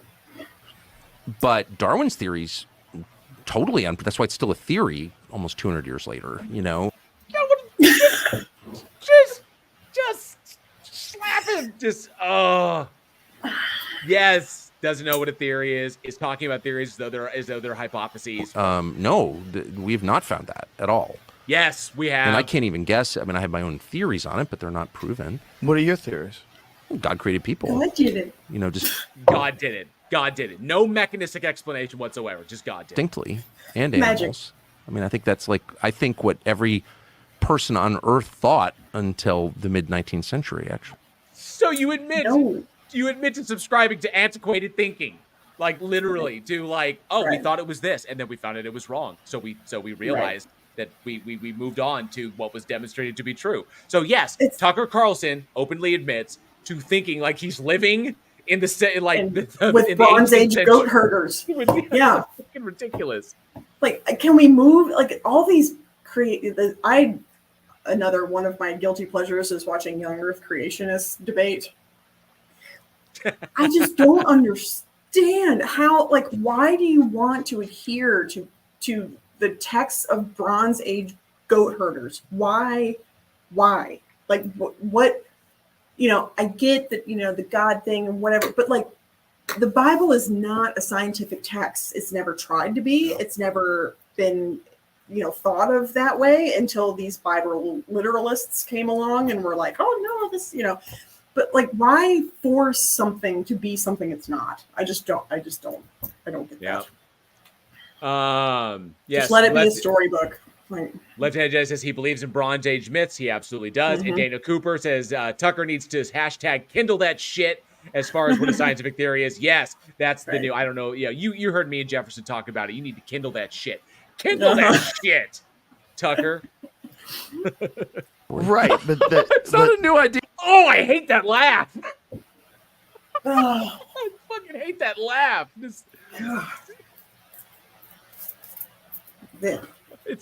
I need a shower. Every person on Earth thought until the mid-19th century, actually. Right, but it's not a new idea. He's nuts. He's nuts. Only they didn't have computers. They didn't have a general understanding that we have today of the process. Do you think we understand more now? Yeah. Yes, we absolutely. Every advancement in the last 120 years in agriculture, animal husbandry, and medicine is a result of our understanding of evolution. Is a reason smallpox didn't destroy us. It's a reason, like, you know, we were able to get a handle on pandemics that occurred in the 1900s, like the Spanish flu. There's a reason for that, okay? It's because of our understanding of evolution. Really? You don't think that we understand more today? We understand way less. We understand so little that we're actually sitting here allowing a bunch of greedy, stupid, childless software engineers in Northern California to like flirt with the extinction of mankind. What does them being childless have to do with literally anything? I've seen this clip now a dozen times, and I cannot figure out what because people without is supposed to be a dog whistle for. Because people without children have no investment in humanity, and they're inherently selfish. So they're only out for their own ends, and they're not out for the ends of the people. They can't. People without children can't, in their minds, people without children cannot possibly be either altruistic or compassionate to everybody else because they're too selfish to have their own kids. They're only focused on their own ends. That's the whole mentality. If you don't have kids, if you're not willing to embrace that responsibility, if you're not willing to do that, then assholes. Exactly. Yeah. We're just dicks, you know. Right. No, I don't know what your opinion of Tucker is, and honestly, I really don't care. So why did you use him as a reference point, as though he was credible? Because what Tucker said here is correct. So no, what Tucker said here is not correct at all, and has been debunked by numerous people. Some way, like many of them, way smarter than I am. Is this really going to be his argument? This asinine fucking tirade of idiocy that Tucker just spewed is really going to be his argument? I guess like evolution, I guess is his first argument. Like evolution's been debunked. Well, he says, remember the title of this video, the biggest atheistic arguments debunked by reason, which tells me, which obviously says he doesn't know what atheism is because atheism is not predicated on the truth of evolution. Okay. Right. Atheism, I'll just say this straight out. Yes. Oh, so Rich Taylor says no children is also a dog whistle for the LGBTQ community. Absolutely. I knew there was a dog whistle that was around there somewhere. That was, So let me clear this up for you, Reed, if you happen to take the time to watch this, which I doubt you will, okay? But if he does, atheism, being an atheist, okay? Atheism references what a person believes. Agnosticism references what they know, okay? Being an atheist does not logically entail any specific scientific or philosophical position at all. Atheism is the position that you're in if you do not believe that a god or gods exist. Your worldview is non-theistic if a god concept or god's concept does not exist in it to have any explanatory or predictive, purpose within your worldview of all the things that make up your worldview. Okay, so if it has no roles there, you have a non-theistic worldview. You are an atheist, or you can be like. You can just take the stance, it is incoherent, and I am an agnostic atheist. You'd still have a non-theistic worldview in that respect. But no, the truth of evolution is not logically entailed, or believing that or accepting that is not entailed by being an atheist. And arguing for evolution doesn't make atheists because more Christians than ever understand and acknowledge and believe and recognize that evolution is true, and they still devoutly hold to their faith. Because they can reconcile that. Your inability to reconcile that is on you. So if we push aside the ad hominem attack and we push aside the mindless kind of bulverism that comes when we get away from the issues and we attack the individual, if we actually look at what he just said, Tucker is actually 100% correct. No, he's not. It's already been explained how, but there was no ad hom. No one ad homs you. If it's not an ad hom for you to say that for the Christian to misrepresent evolution. It is not an ad hom to tell them that they're wrong and then explain it to them, or to call them ignorant of what it is, or to say that they're not educated. That's not an ad hom. An ad hom would be to say you look like a Bond villain and therefore your arguments are false. Yeah. Mm-hmm. Okay, that's an ad hom. Okay, you look like a sentient, like one that we freely throw out there. Yeah, you look like a sentient makeup Q-tip. Okay, and your arguments are wrong. That's an ad hom. He is rather orange, isn't he? So, like, somebody went a little hard on the bronzer. What are those? I know I said Q-tip, but what are those? What are they called? The little sponge, like a sponge, makeup sponges. Yeah, so you look like a sentient makeup sponge or a foundation sponge, and therefore your arguments are bad. So that's an ad hom. So just cluing you in there, Reed. So your logic easy is on the bronzer next time. Your logic is as bad as red pen. Okay, as bad as red pen logic. Your logic is just as bad. Yep. In fact, you probably don't know this, but there really isn't many in the academy today who are still holding on to Darwinian evolution. It has become a bit of a laughingstock in the academy. Now, I don't know what academy he's referring to. He hasn't given us a name. Now, is this more if he's referring to his shit, if he's referring to, I don't know what he's talking about because he never mentioned a name as far as like the academy goes. So I have no idea. I don't know what he's talking about. But no, he's absolutely wrong. Darwin is his foundational thought. Darwin got a lot of things wrong because obviously he was breaking ground on new scientific thought, and we have since corrected that in the past 100 and over a century of work. Look into like Kimura. Look at like Motu Kimura's work. Okay, there's hundreds of others of evolutionary biologists who have added to it, but look into it. The X-Men Academy. And any super thanks and super chats, I do see them. They're starred. I will grab them, and we'll talk about them. We'll grab them after the video's over. So I will cover. I see them. I'm not forgetting y'all. So I will get to those. I promise. Certain aspects of evolution are 100% true, but the big claims, the most important claims of Darwin, have been absolutely proven to be ridiculous. That's why we don't sit on Darwin anymore. And why it's weird, it's like, well, some parts of evolution are true. You are correct. Repetition of gene alleles over time, and by natural selection, by evolutionary pressures, then yes, you are correct. Okay, but that's what evolution is describing. So what part of that is incorrect? I mean... Yeah. I would turn you to people like David Berlinski and then others who have been honest enough about this in the academy to the point where they are willing. Okay, so David. We're going to have to do a little Googling. Yeah, David Berlinski, American mathematician and philosopher. I don't know what academy he's talking about. He's 82 years old. Educated at Columbia. Got his BA at Columbia, PhD at Princeton. Known for a tour of calculus he wrote in 1995.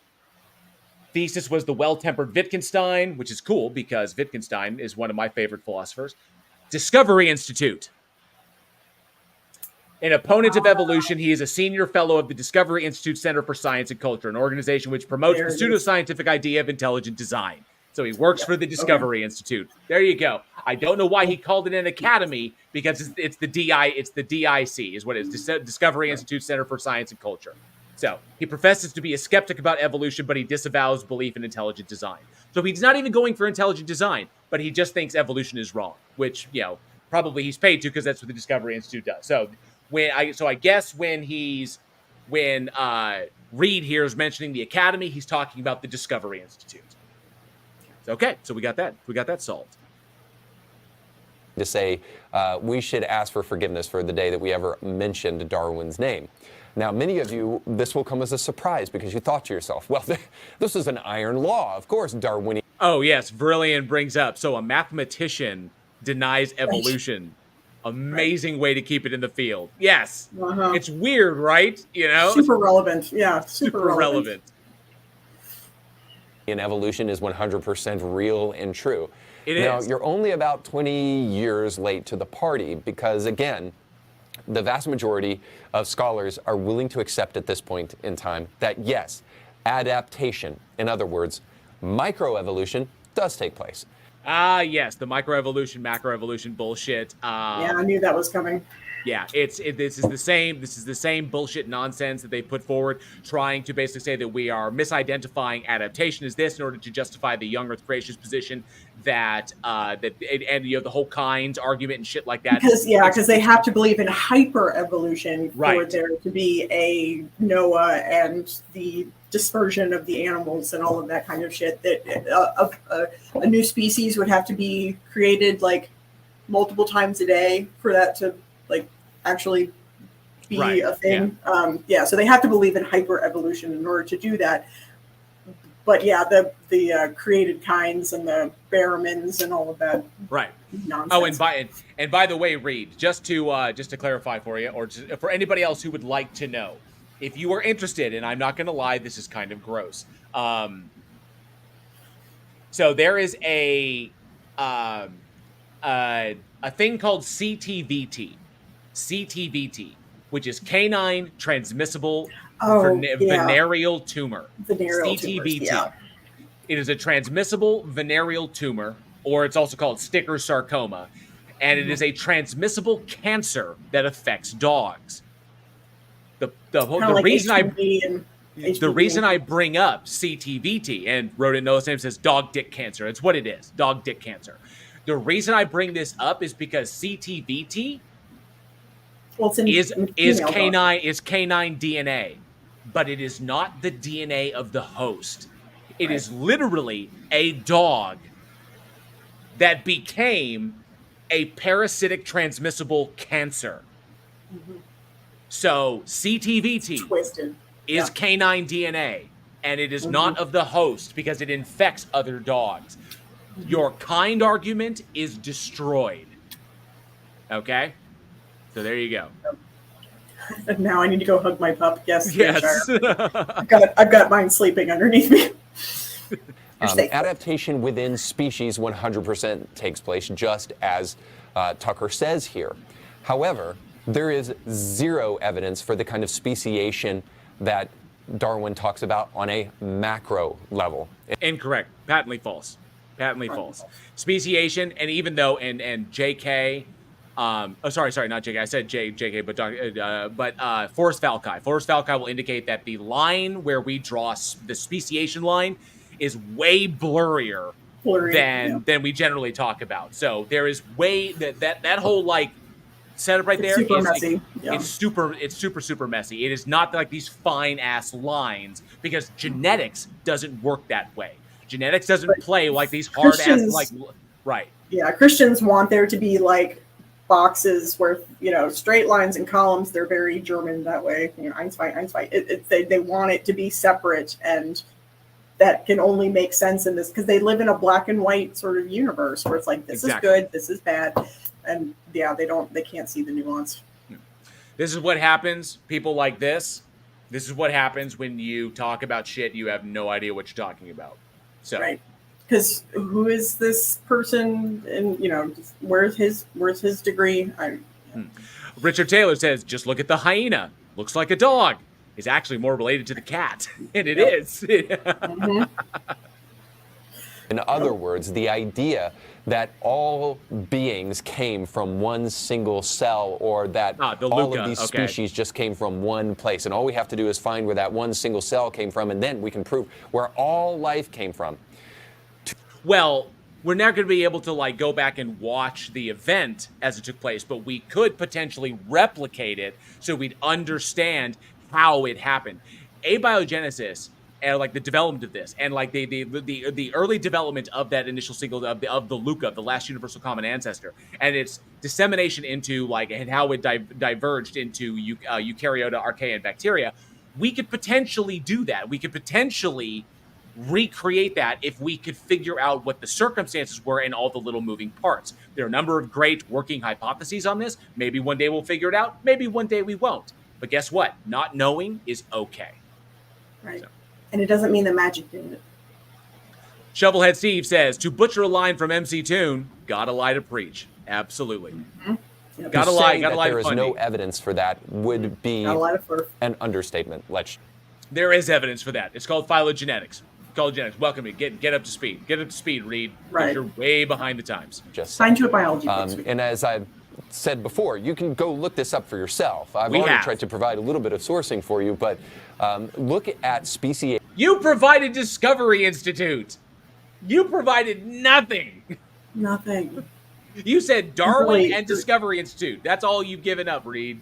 Right. This is supposed to debunk atheism. I'm still waiting. I'm still waiting for the connection between evolution and atheism, because these are, and the difference between macro and microevolution, and you'll see we have no evidence for the kind of macro, big picture evolution outside of species, meaning that the species can create other species. So, like, it's not, and obviously he doesn't understand what evolution is, because that's not what happened. We have that. We have seen that in the wild. Like that's. Well, he's talking about like one organism giving birth to another species. Oh, right. Yeah. Right. So he's not understanding that evolution covers populations, and that you see those changes in the population of millions upon millions of hundred millions. These guys always think that like a cat is supposed to give birth to a strawberry. Like that's not how. Right. Exactly. Or like a monkey gave birth to a human at one point, which is right. Exactly. That's amphibians can come from mammals and that kind of thing. No. But we're all tetrapods, okay? And amphibians didn't come from mammals, okay? Right. Modern day amphibians and modern day tetrapods, like mammalian tetrapods, came from a common ancestor. Right. If I believe in the Devonian, which is, if I remember correctly, because I'm not Erica or Forrest Valkai, but I'm pretty sure that's a Devonian answer. That's how far apart we've been separated. So I'm just throwing that out there. But correct me if I'm wrong in the live chat. I'm pretty sure it's the Devonian. But nonetheless, exactly. Evidence for that. How about this, Dad? There are like 9 different versions of the mustard plant. Okay? Right. So the mustard plant is its own plant. But there are like 8 or 9 other plants that are also mustard plants. Broccoli. that do completely different things. So right, all of the cauliflowers and broccolis and all that. There's like a bajillion of them, and they're all from the same thing, but they're all completely different.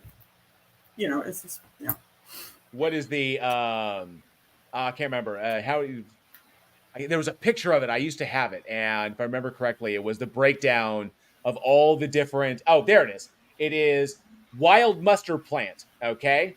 Cauliflower, cabbage, Brussels sprouts, broccoli, kale, and kohlrabi are all mustard plant. Right. And yet you look at them and say, cauliflower, mustard plant. This is not the same. It's like, but they are. Cauliflower and broccoli, and it's like one you chop up and steam and then throw away, and then the other one you eat. Fundamentally does not understand what he's talking about. No. Whatsoever. But even if that weren't true, which of course it is, it's not. We all have to come back to the simple claim that the problem with Darwin and the problem with atheists, skeptics, scientists, and all of their claims that they've disproven God because they believe in science. I don't believe in God. I believe in science. All of that is to totally miss the point that scientists can't even tell us where the single cell comes from. They have nothing but theories. And these are the kind of scientists who will embark upon the theory. He's conflating abiogenesis and evolution and atheism all in one argument. Yes. This is truly idiotic. Astoundingly ignorant. Yeah. It's theoretical with such ease. They will talk about the event horizon, stepping off into the black hole where we can finally see the past and the present converging upon each other and see them all as one. What does cosmology have anything to do with this? Let's just use now it's cosmology. He's added a fourth. Like, what the thing right in front of us. And it's like, dude, that is such a mystery, such an ineffable mystery, to use a religious word. We don't know, therefore God did it. That's all that this shit is. I don't get it, therefore God. This is the laziest fucking shit I have. Argument from incredulity. It's just pure incredulity. Yeah, just that we cannot even speak about it in logical terms because it is so incomprehensible. So he's using the mathematical concept, the mathematical conceptualization of the singularity at a point where basically our understanding of mathematics and physics breaks down because those variables become ostensibly infinite, even though they technically aren't, because an object that has infinite mass would have infinite gravity, and that's deeply problematic, in regards to how relativity works. Well, the singularity isn't really like a thing either. Yeah, exactly. So, but he's saying he's like, we're just gonna go like. It's so complex that it's just a big mystery and we just don't know. That's ostensibly what you're doing, Reed, because you're inserting God into that big ass question mark. We're okay with the question mark because we're not going to insert an answer into that question mark just because it makes us feel good or makes us feel more special than, the scope of the universe would tell us how unspecial we are. Okay, so if you need to feel like happy and special, like you're specially created in order to get on with your life, cool, whatever. I don't care, but this is all nonsense, Yeah. And left-handed Jedi, incomprehensible. You keep saying that word. I don't think it means I do not think it means what you think it means. Yeah, Daniel Cooper says ineffable. I do not think that means what you think it means. Diamond, good to see you. Says, I'm honestly surprised this guy isn't using the word evolutionist. Agreed. And Omega Weapon, good to see you. Says, hi, JL. Hi, I Killed Earl. Good to see you, bud. Dan Shire says, sounds like he's throwing out all of science. Was expecting that twist. I thought he was just against atheism. That's a goddamn good point, Dan. Great point. An excellent point. Yeah. All of this is wrong. Really, bro? Believe me. And they will venture into conversations like this, but then when it comes to God, they will absolutely lose their mind like a bunch of immature teenage girls. Wow. Excuse me? That's some Darth Dawkins shit right there. That's some like... So we're sexist on top of being an ignorant jackass? Okay. Well done, Reed. Every accusation is a confession. Yep, absolutely. As already mentioned. So it's ridiculous how uncurious they are when it comes to theism and God and Oh, we were curious. That's why we were. That's why we're atheists. What do you think? I was going to say, why do you think we're atheists? I read the Bible. Okay, I spent 10 years. Quickest way. Literally, when my deconstruction began, I wasn't even aware that I was deconstructing. But that process was 10 years. Okay, and you know what that 10 years really was? A lot of that decade was me trying to hold on to what I wanted to be true. I hear that until all I the time. realized I wanted to believe it because it made me because of how it made me feel, and then I realized what I feel is irrelevant to the truth. So, Yep. yeah, they have Verlaine says that's some deep-seated misogyny right there. It absolutely is. Absolutely. Arguments from intelligent design, but then we'll jump into the most ridiculous explanations about aliens and other things. What the fuck does that have to do with anything? Who's talking about aliens? This man needs a script. He's just babbling at this point. This is the fuck. Scientists are left in this infinite regress because if they get to the single cell, well, then you have to say, well, where did the single cell come from? Developed through complex chemistry. That's it. Right. Then you say, well, where did the elements come from in that complex chemistry? Well, those developed during the 400,000 year cooling. Well, actually, those stars and shit like that, stellar nucleosynthesis, blah blah blah. You can trace it all the way back to the cooling event. We have explanations for this. Exactly. Stuff. Like, going all the way back man to write a book. Exactly, going all the way back to the singularity, to the Big Bang, to what we call the Big Bang, and quantum fluctuation, so on and so forth. Eventually, we're going to get to a question mark. Yes, but that's okay. But all right. Has this man bothered to read any scientific papers? I mean, he's too busy reading the Discovery Institute. He needs to actually, maybe look into all this stuff because he would have lots of answers for all of these things that he just doesn't know, and therefore, God, it's just. This is lazy. This is really Diamond lazy. says, I think he mentioned aliens because he heard of panspermia theories. And yeah, panspermia is not held by anybody serious. Aliens. And so you positing that it's like, oh, they're holding on to this whole panspermia thing. No. Well, there is some aspects of panspermia that does make a lot of sense because we find the amino acids in space on asteroids. Yeah. So, that part of it, yes. But in terms of, there was an alien cootie that came and that's ridiculous. See, but yeah, there's pieces of it that certainly could have come from space. Matt Powell did the same shit. He did this exact same thing when he found this article that was about that was basically posing this hypothetical argument that not all life on the planet arose from panspermia, but that some life might have. Mm-hmm. And that I meant to say nucleotides, not.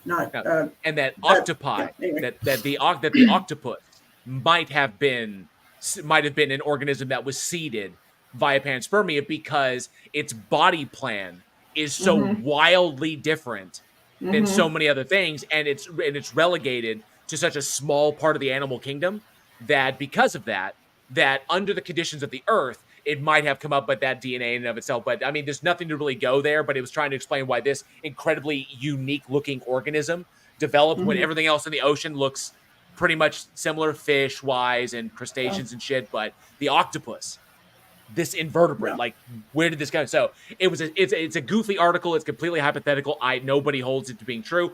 Matt Powell put it forward as that's something that we use to explain shit. It's complete misrepresentation. And Rodent, no last name. I subscribe to the alien cooties theory of Abiogenesis. Alien cooties. Hey, it's probing time is here. Good to see you. It's probing time. You remember that time when it's probing time came into the chat and he said it's probing time and everybody probed. It was amazing. It was amazing. Oh, Dr. Never says, guess what T-shirt I'm wearing. I saw your comment earlier. I'm assuming it's one that you won. So that would be the shirt that's abstinence makes the church grow fondlers. So, and you can get that T-shirt on my store at the Bridge the Divide store. I sell that T-shirt. So abstinence makes the church grow fondlers. So I want the hadron is my what? How does that go? Oh, your hadrons are giving me, your bosons are giving me a hadron. Well, that's what. Yeah, I want that one really bad. Your bosons are giving me a hadron. Come from. And then when they tell you where that came from, which they can't, we'll only be able to. The only thing we can do in response to that is ask them, well, where did that come from? And where did that come from? And where did that come from? So you have this infinite regress that ultimately means that scientists, when they talk about the origin of life, are making mostly incomprehensible statements. No, they're not. They're making statements incomprehensible to you, Stevie. And any statement they're going to make is going to be predicated upon some evidence. If there's no evidence, they're not going to give you an. They're going to say, we don't know. This because is some serious projection this man is doing. Exactly, because generally science is not in the habit. Generally, PhD Tony, Clive Wells, before you I don't want you to jump on me. Generally, science is not in the habit of just making shit up out of whole cloth and saying that's the scientific explanation. So that's why we have a peer review process. So. Because they don't know where any of this stuff came from. They cannot give us an original argument for where they came from. And this, yes, we can. It's called Abiogenesis, and it's an established science. Oh, well, so far it's established on evidence, and it's still a hypothesis, but it may be a theory one day. We don't know. So yes, we do have coherent arguments. It's a huge field too. Yeah. And by the way, it's read for you. It's pretty simple. The human DNA is composed of elements: hydrogen, carbon, nitrogen, phosphine, and there's a fifth one. But anyway, basic elements. Okay, hydrogen, carbon, nitrogen, oxygen, phosphine. Okay, phosphorus. Basic elements. All of those elements exist naturally in nature. Okay, so the question then becomes: if all of these elements exist naturally in nature, and we know how they form these elements, then what process does it take to get those elements in this combination to have this effect? That's the question. We've made RNA. We've made self-replicating RNA. So it's not hard. We broke it down. These are the elements of life. And then we see the elements occurring naturally in nature. So the question then becomes, how do we get from point A to point B? And that is what Origin of Life is about. It's going to blow your fucking mind if we find life on another planet or another moon or somewhere like this. Come on, Enceladus. Come on, Enceladus. My money's on Enceladus, but some people have their money on Io or, but there's a number of places out there, but it would be fucking cool. This is where the Aristotelian and the cosmological argument kind of sets in, and this is where Christians. I knew he's going to fucking the cosmological argument. I knew it. Fucking knew it. Say, well, we can tell you right now. No, you can't. You insert an answer. You say God did it with no mechanistic explanation as to how. So you cannot simply state God did it or Europa. There's some Europa. Yeah. Enceladus or Europa. Europa's getting some love. So, but no, you cannot assert it and then not explain it, because when you assert God, you automatically have to say via magic, because if there's no mechanism to connect the event to connect the event from the cause, you're basically just saying cause. That's it. You have to say cause, and this is how we know it because this is how it did it. That's how that works. Otherwise, you're just God of the Gapsing it. So, left-handed Jedi when a mommy and a daddy element love each other very much.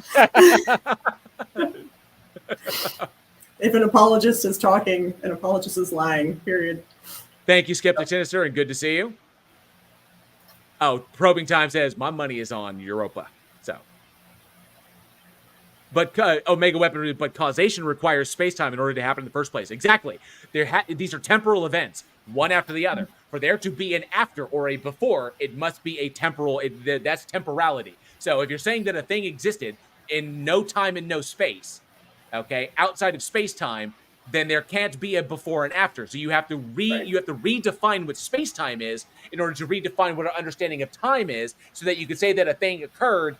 But then that's why that every time that a theist goes into a God that exists outside of space and time, it's like you literally just described your God out of existence. That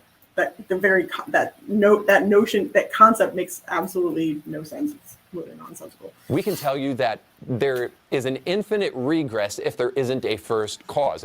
Not necessarily. That's not necessarily the case. That is not a true dichotomy. Okay, you could have an infinite state from which finite temporalities emerge from as emergent properties. You could have that. That's one of many hypotheses.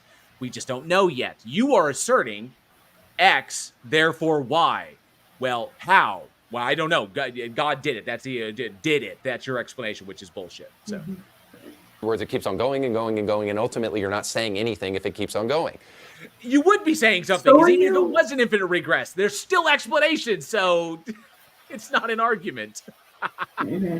You're not making a rational statement. You can even posit trillions of years, but if there isn't a initial beginning, then we're infinitely regressing in the infinite past and making such an incomprehensible statement that it might as well not even been uttered. But Omega Weapon makes an excellent Earl, because to say something exists means it has location in space-time, whereas space-time itself, or an abstraction dependent upon something space-time dependent. Yeah, absolutely. You're defining your God out of existence when you say outside of space and time. That is completely incoherent. Guitar Dog says he's outside of space and time, but they built a house for him in Jerusalem with the best wood, gold, jewels, and they don't let disabled people inside. Shocking.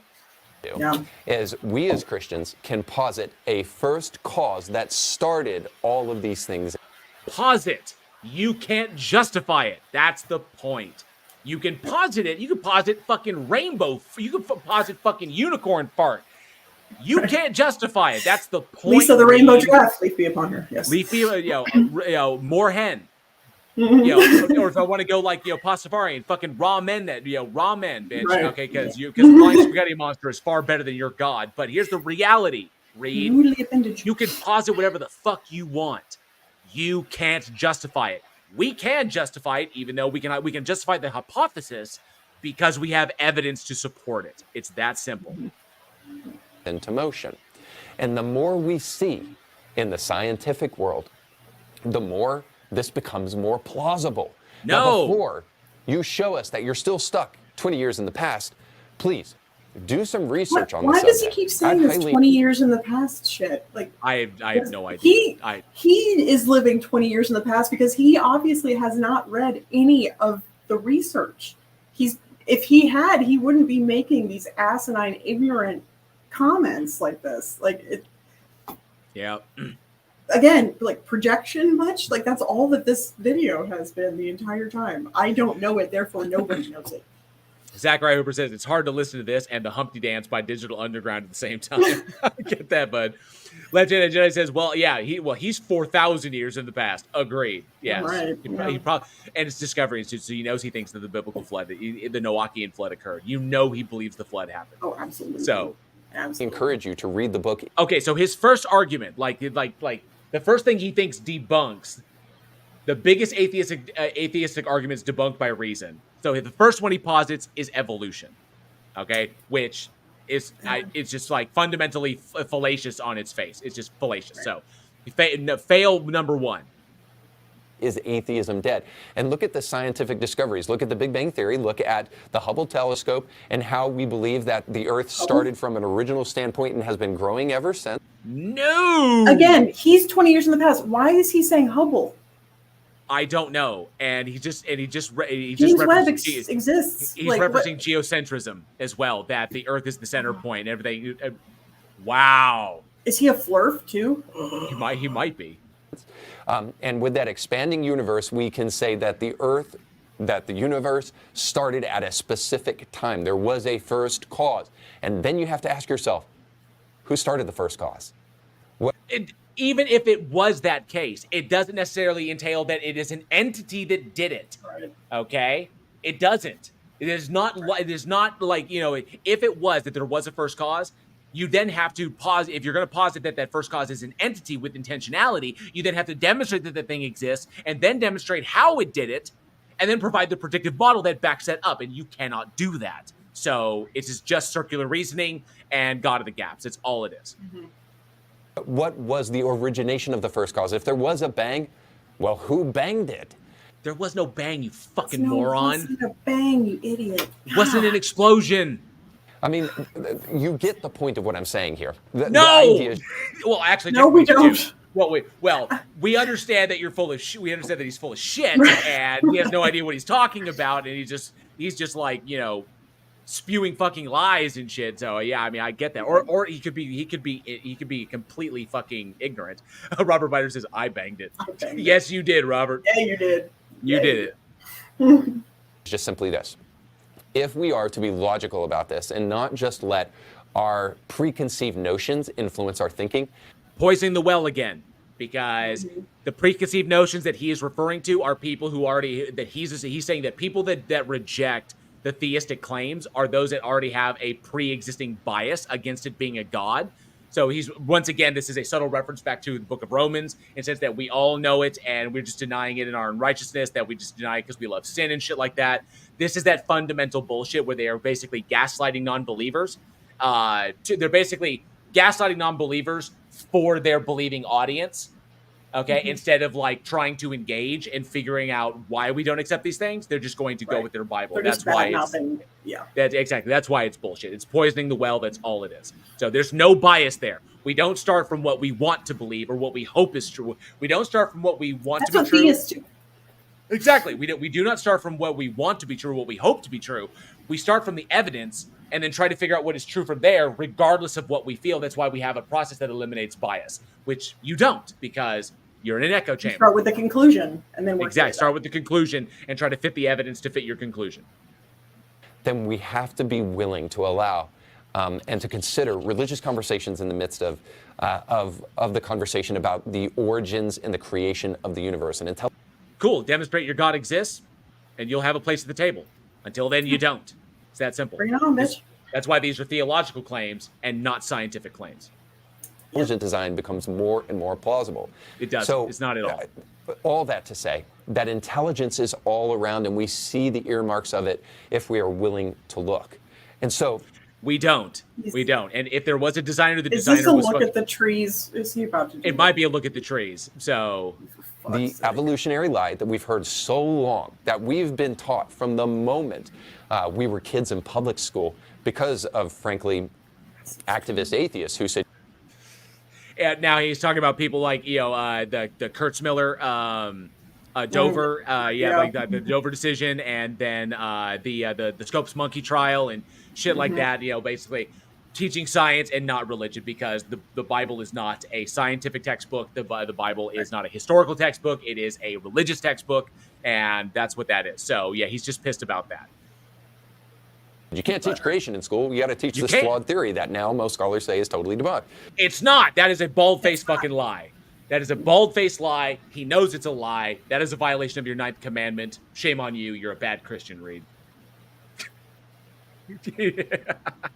Got to teach that. Naughty. So because we've been taught this from cradle, and then we get it to the grave most often, it's hard for us to shake that myth. But it's not. It's because it's not a myth. Because it's fucking true. So I don't know what he's talking about. Maybe it's difficult because it's true. It may be hard to break it because it's like fucking reality and shit. But hey, like you would rush to the comments section to tell me if you're an atheist. Maybe you need to quit believing in fairy tales. I checked his comment section there, and from what I saw, there are as many atheists as there are as many Christians as there are atheists telling him he's wrong. There are people there are believers in his chat that would be like, you're fundamentally wrong on this, and pointing out that they're not mutually exclusive concepts. Okay, you can hold both. So yes, it wasn't just non-believers pointing this out to you, Reed. Good. The faithful were pointing it out to you as well. So. And start believing in facts, and as you do, you'll be pushed a little bit closer to the faith.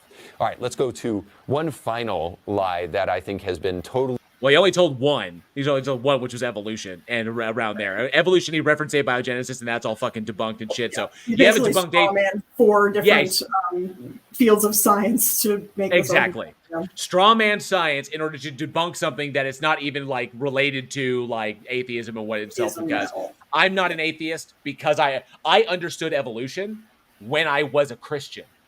Okay, I'm not an atheist because it's not like it's like evolution is true. Fuck you, God. It wasn't like that at all. Shit, when I was a little kid, I was, went to church. I was a Presbyterian, and reading through Genesis and the whole, 6-day creation and stuff. And I went up to my mother and was like, well, we're learning about this, like all this evolution stuff, and the Earth's really old, and like, but it says 6 days. And my mom, in her infinite wisdom, was like, well, maybe it wasn't 6 human days. And that's all I needed. That's all that I needed. I was just like, oh, okay.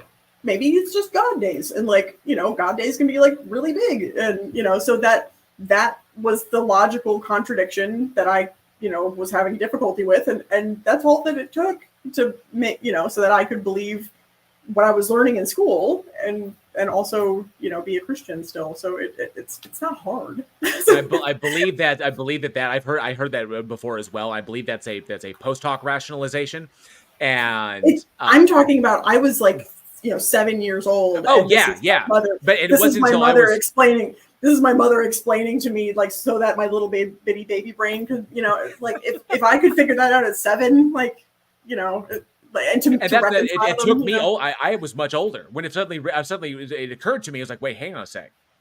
If I ask a question because something doesn't make sense, and then their response is that my position is justified, and I had by way of this logical fallacy, how can I trust your conclusions? Like, and when I realized that people were doing that all the time, that they were post hoc rationalizing and ad hoc rationalizing in order to justify their position. If your position requires that, your position is faulty. It's fallacious, okay, yeah. you have to commit a logical fallacy in order to maintain your position, in order to justify it. You've lost. So, logical consistency, my logical consistency, sir. That's what it's all about. Read. You gotta do better, man. Debunked, especially in the present, and that is the lie of secularism. The lie. Secularism. Secularism. For those interested, because let's double check. Get closer to your mic. Okay, let's double check this out. So, secularism. Secularism itself is the principle of separation of the state from religious institutions. That is secularism, okay? The principle of seeking to conduct human affairs based on naturalistic considerations, uninvolved with religion, okay? Right. Because religion is predicated on the person, whereas evidence applies to everyone equally. So that's why we go there. So secularism, and you know, the principle of separating the state from religious institutions, separating church and state, establishment. But how is that a lie? Like the saying like that concept is incoherent. I don't know. I do not know. Secularism obviously exists, so how can it be a exactly? lie? It's kind of like people's like atheism is a lie. Well, no, because if Right, I don't it's not believe a- in God or gods, I'm an atheist by definition. It's not so a how true is or it- false. Exactly. Yeah, you either are or you aren't, depending upon what you believe. So secularism is like I don't know what's lying about. So the lie of secularism is, I guess, his next big thing. Lie that we can create a society built upon a secular state, and that it will be healthy and doing just swell. It can. It can. We've seen it because We've seen it done. I'm not saying that there is causation in the decrease in Christianity and the decrease in crime statistics. You know, all the things that are happening right now where crime is down across the board, where violent crime is way down, lowest it's been in decades. And most of the prisoners in there are Christians. Exactly. I'm not saying that there's a causation in the rise of agnostic and atheism and the decrease in violent crime and shit like that, but there definitely is correlation. I'm not saying it's like that, but let's see. And it's not a lie. It's not a lie. What he's about to do, and I'm guessing what he's about to do, is an appeal to consequence fallacy, because the what is entailed and the results of a secular society he doesn't like. And so this is nothing but I'm pretty sure this will be nothing but an appeal to consequence fallacy. I don't like it. I don't like it. Exactly. So for this, I'm going to bring in somebody, I won't call him a friend, but somebody that I really like. Okay, honest question, Reed, if you happen to watch this, do you have any of your own fucking original ideas? Can you put things together, or are you just going to like reference Tucker Carlson and other talking heads to make your points for you because you can't articulate them yourself? Have you done any actual work? I'm just curious. Just throwing it out there for you, Reed. You know, answer it if you want. The charismatic Calvinist is... Night, Dr. Nimrod. Have a great one. Sleep well. You can catch the rest on the replay, but thank you so much for popping by, bud. Appreciate it.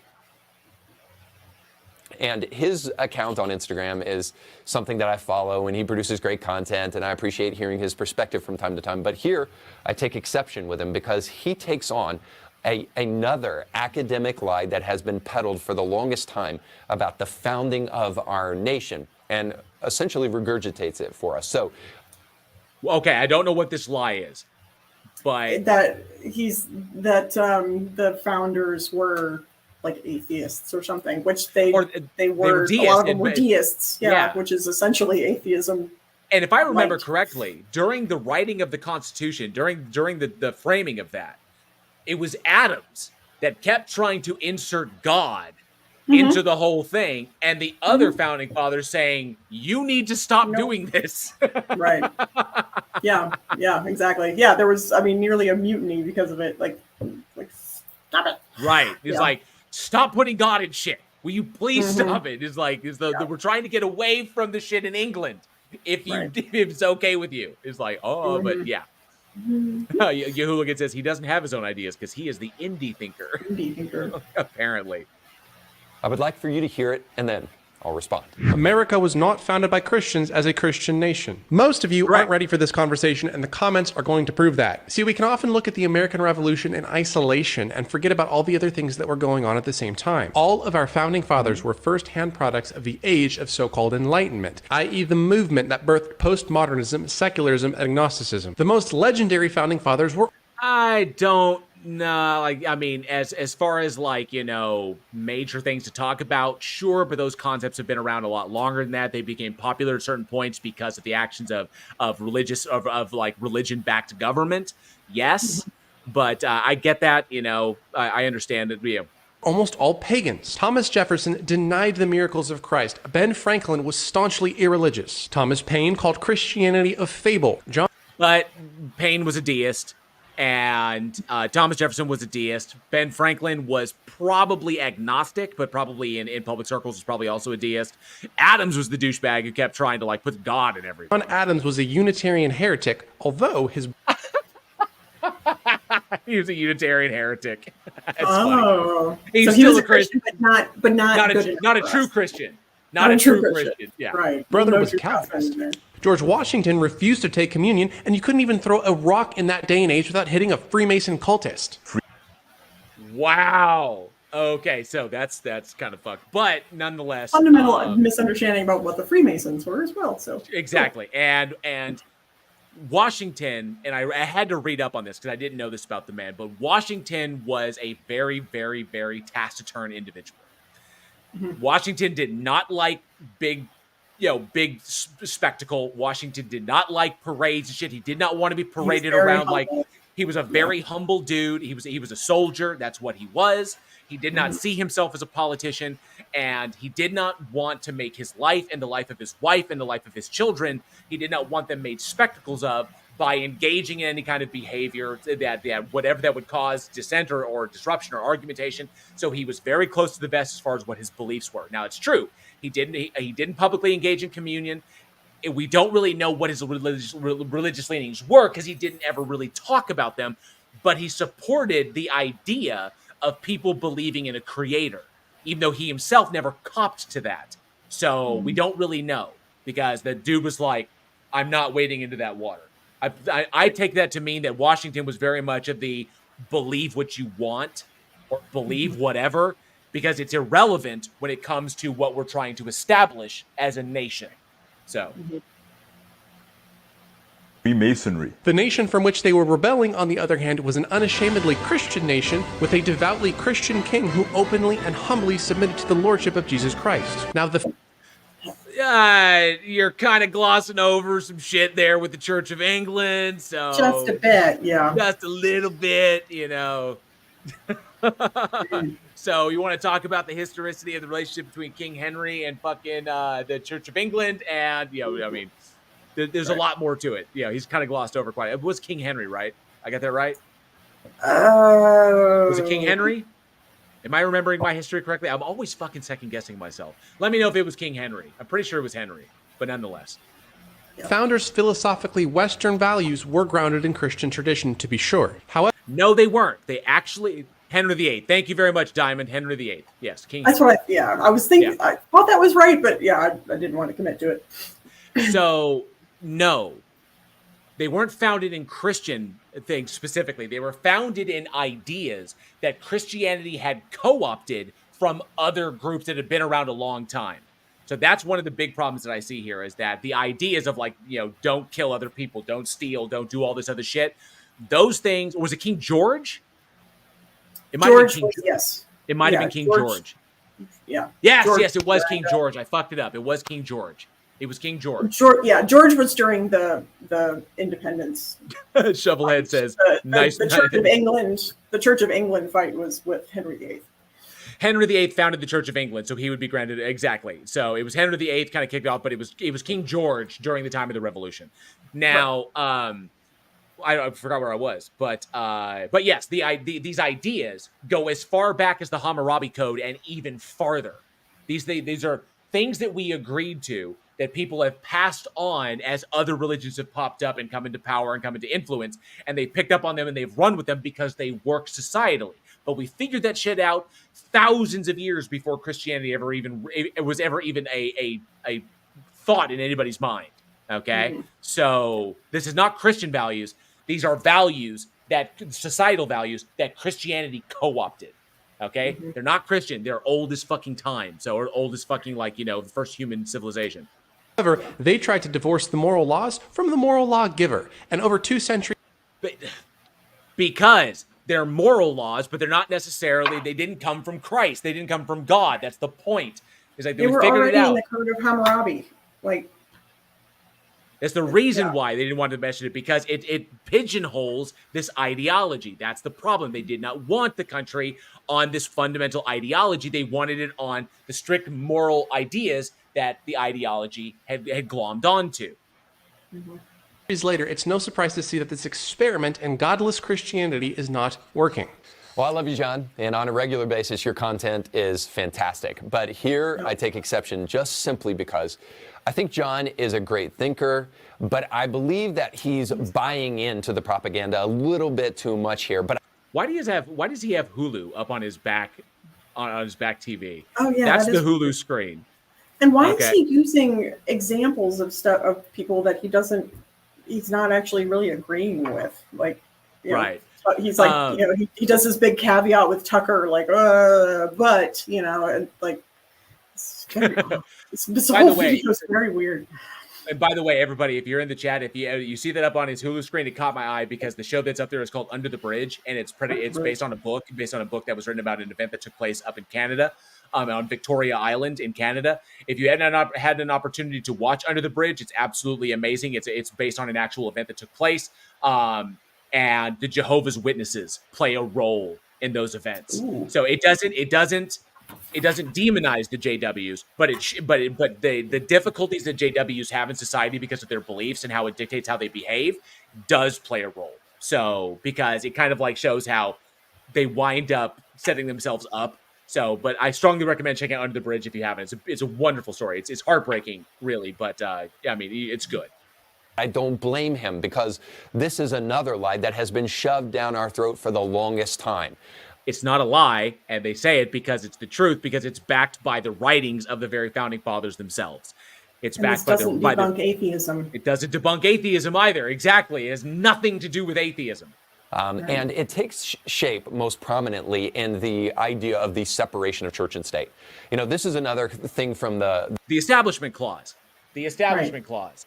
So, because now I don't even know if he's what he's strawmanning, but the Establishment Clause of the First Amendment, together with the amendment's Free Exercise Clause, form the constitutional right of freedom of religion, and the freedom from religion is implied in that. So it's very simple. The Establishment Clause is important, which is why the Johnson Amendment was created, in order to back that up, to ensure that people were not politicizing from the pulpit, and even though the IRS is not really enforcing that nowadays. So, but for the Establishment Clause is very, very important.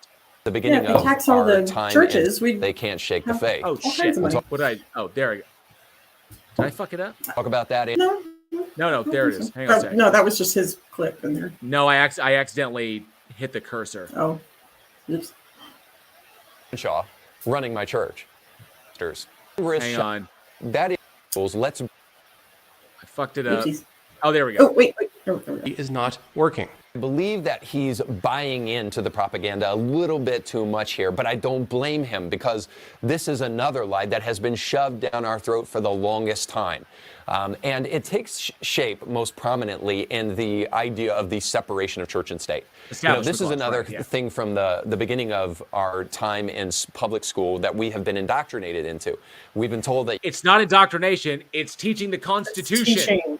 Fucking hell. I don't, this anti-intellectualism from the right and religious nut jobs is about to, I can't take it anymore.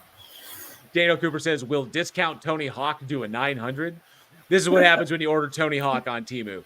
This is what happens. Yeah. This Absolutely. is it. You can't have Bibles in school. You can't have prayer in schools. But hey, let's bring condoms into schools. Let's bring... That's two different things. It's a public safety. That's two different things. One is health. The other is your fucking ideology.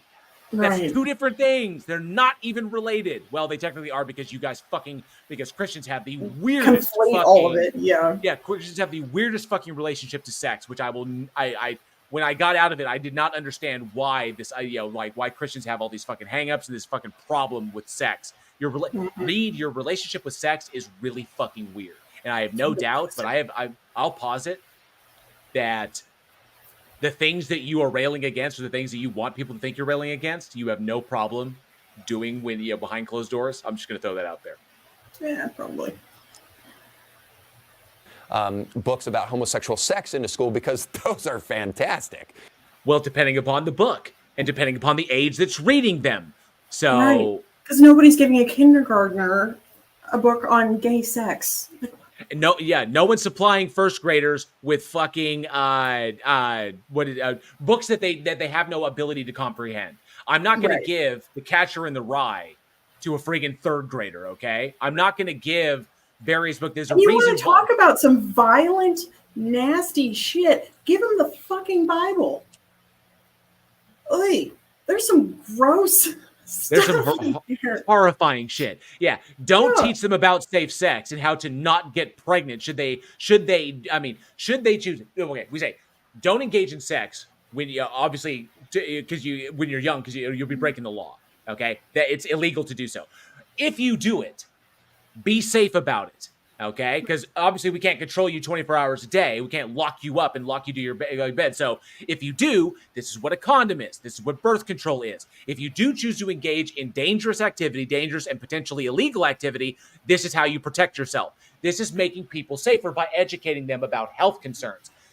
But you don't want books about reality where people are gay, gay people love each other. You don't want books that describe these things by any measure whatsoever because you think it's part of a cult indoctrination agenda. Yet you want them to have the Bible, but you don't want them to have the Quran. Right. Do you not see your fucking hypocrisy, Reed? Mm-hmm. Yeah. I mean, what young mind doesn't need that? It's all young minds need to because we've seen that when appropriate texts are given and taught to at the appropriate age, okay, that we find that children who are aware of these things and they understand them at a younger age are less likely to turn out to be bigots. That's the point. It literally reduces. Or to be teen parents. Or to be teen parents. Or to or to get STDs. Or to, commit violence against the opposite sex. Or to, all kinds of things that are good for society. This is that information control. Control that's a part of that Christian cult. It's hard for us to parse this because we've been so indoctrinated here. And he keeps using that word. I do not think it means what he thinks. I don't think it means what he thinks it means. Absolutely. I'm just going to say that. He keeps saying indoctrinate. He keeps repeating this. Literally, I'm going to double check. Indoctrination. The process of teaching a person or a group to accept a set of beliefs uncritically. Science is critical. Okay? We are always critical. That's why it's the job of scientists to always try to knock down our current understanding so that we can improve our understanding, to find the holes, to poke the holes in our current understanding so that we can make them more accurate. That's the point. It's deeply critical. You want people to accept the Bible uncritically. as though on face value that is the truth of the state of affairs. It's the truth of the matter, and it's not. Brilliant makes an excellent point that don't teach children about sex in school. The church won't know what to do with them knowing they're being abused. It's a good point. Absolutely. Excellent point for Brilliant. Kids don't know what their body parts are called. They don't know how to explain to an adult what's happening to them. Or to even internalize the feelings that they're having. If they have specific feelings, if a thing is happening, what they do in response to those feelings. Right. Mm-hmm. Yeah. And again, the way this most prominently takes shape is in the idea of separation of church and state, that our founding fathers were creating a secular nation based upon the Enlightenment, and nobody wanted none of that Christianity stuff around them. Get that out of my face. That is not the case. They wanted a secular nation that allowed for all beliefs, including Christianity, but not making a law that respected Christianity only. That's the point.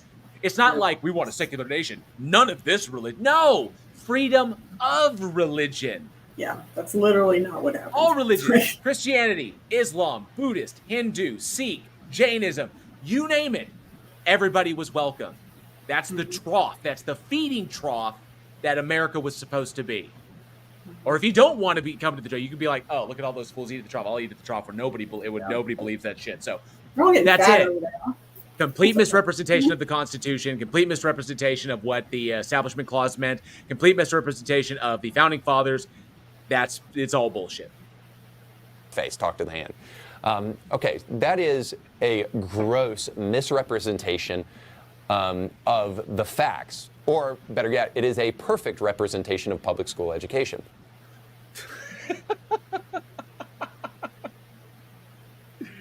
This guy is so full of shit. Okay. Let me explain. The idea of separation of church and state, first and foremost, does not derive from our Constitution. Yes, it does. It absolutely does. Congress shall pass no law respecting any religion. That's the whole point. Again, this man does not read.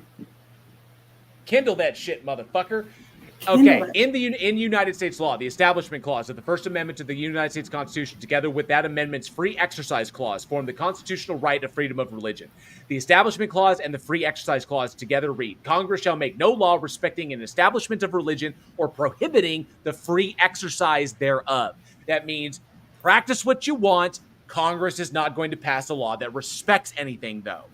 So you're welcome to bring your faith and your religion here, but we're not passing any laws that respect any one over the other. That's the Establishment Clause, okay? And the Free Exercise Clause. That is rooted in history. That's the irony of this man being named Reed, who does not read, is... Who does not read. Not lost on me. And further explain here, the Establishment Clause acts as a double security, prohibiting both control of the government by a religion and political control of religion by the government. That's what's ensuring that doesn't happen. And Daniel Cooper brings up, unless you live in Project 2025. All comes full circle. Bam.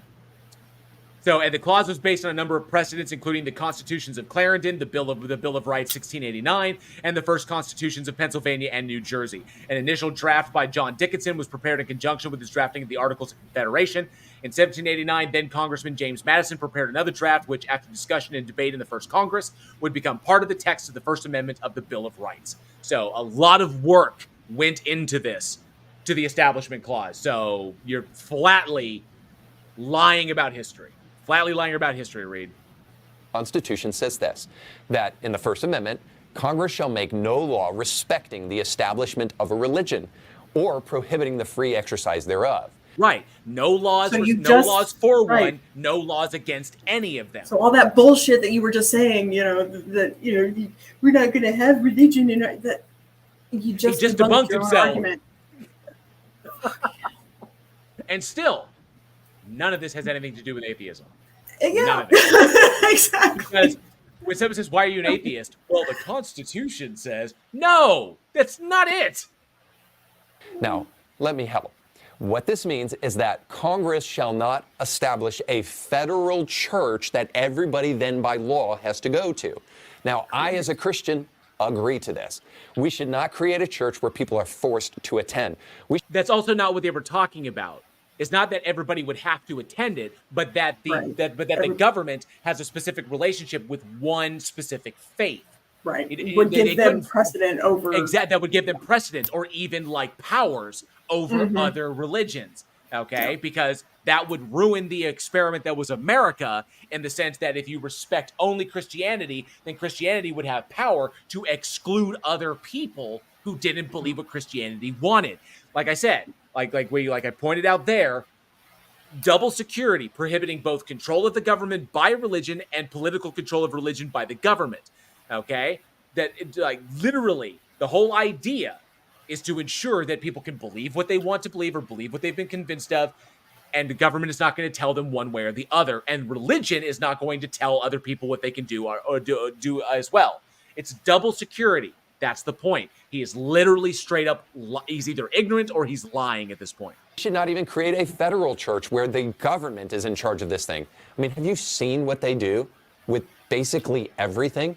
They, every day in Washington, D.C., gather around huge dumpsters, throw billions of dollars into those dumpsters, light them on fire, and then joyfully fight with each other as they're burning money in copious amounts. What the fuck is he referring to? And what does this have to do with the Establishment Clause? And what does that have to do with atheism? My eyes are starting to go crossed. I have no idea what he's fucking talking about. This is essentially what takes place in Washington, D.C. So no, forgive me, I don't want... I get that he may not like how the government spends money. Sure. But that's a completely separate issue.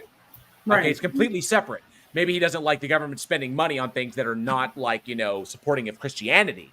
If they were all Christian, they would spend the money in the way that they do. Preferred. They allow tax breaks. They allow churches to be tax free. Exactly. Yeah. Dan Crenshaw running my church. Forgive me, I don't want AOC running my church. Now, these two are not counterparts. Hear me on this. What I'm just saying is that we need to see that these people can prove to be biblical thinkers. Why? Why? It doesn't matter, because their religion doesn't matter. Right.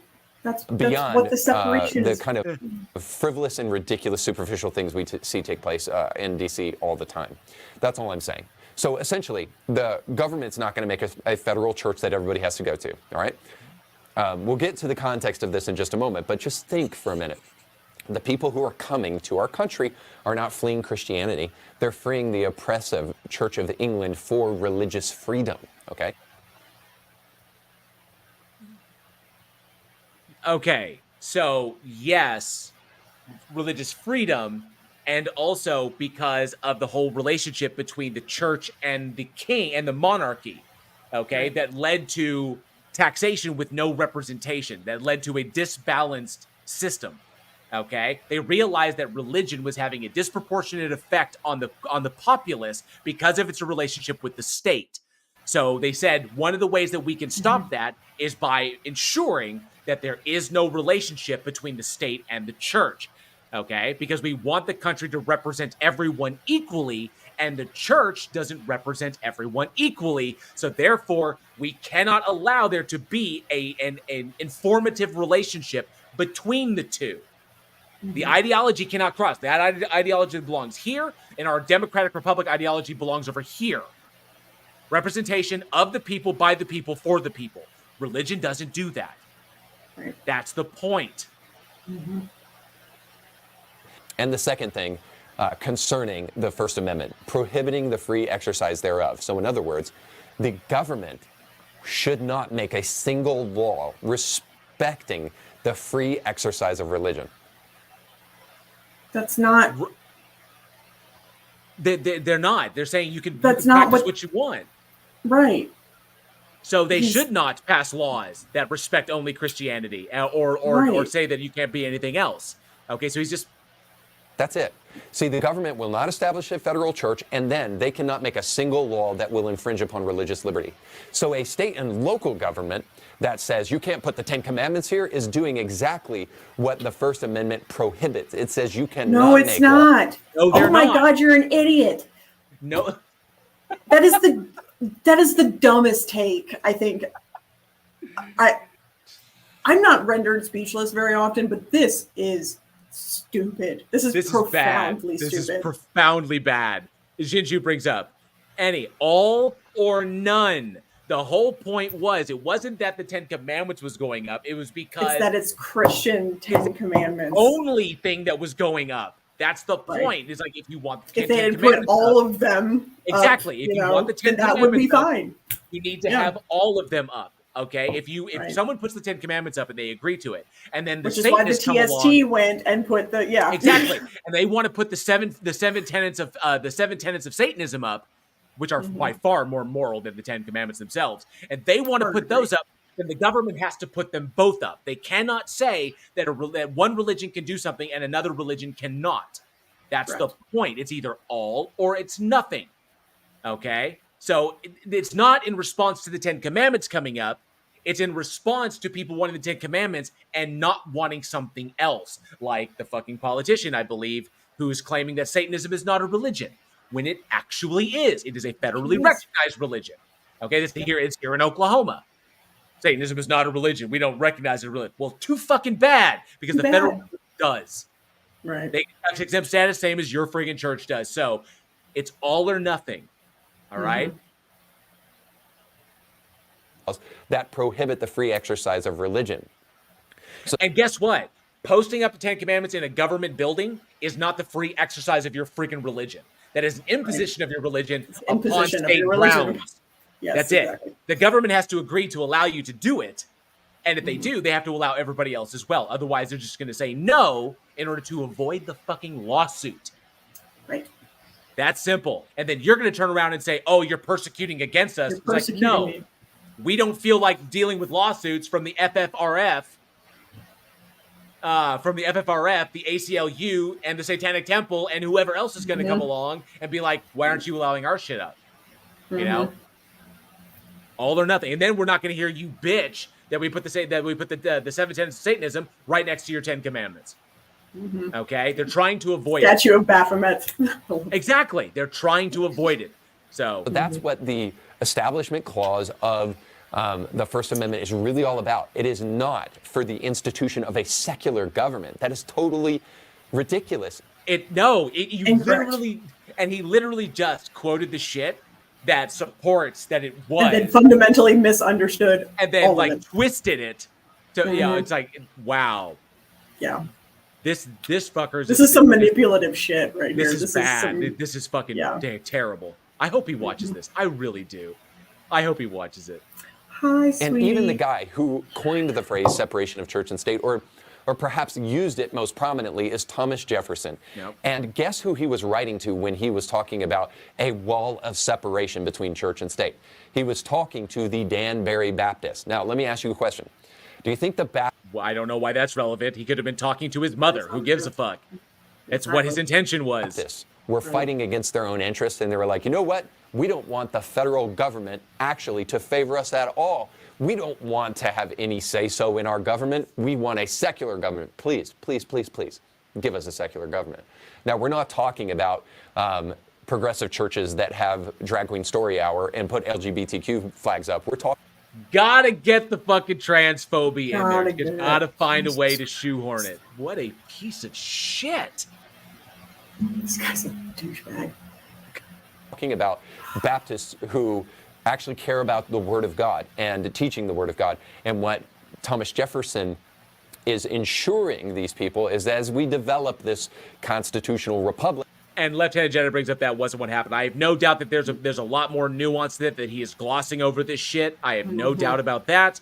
So, but, obviously this guy is completely misrepresenting history. He's misrepresented everything at this point, or he's twisted it and bid to manipulate people. So, yeah, he's full of shit.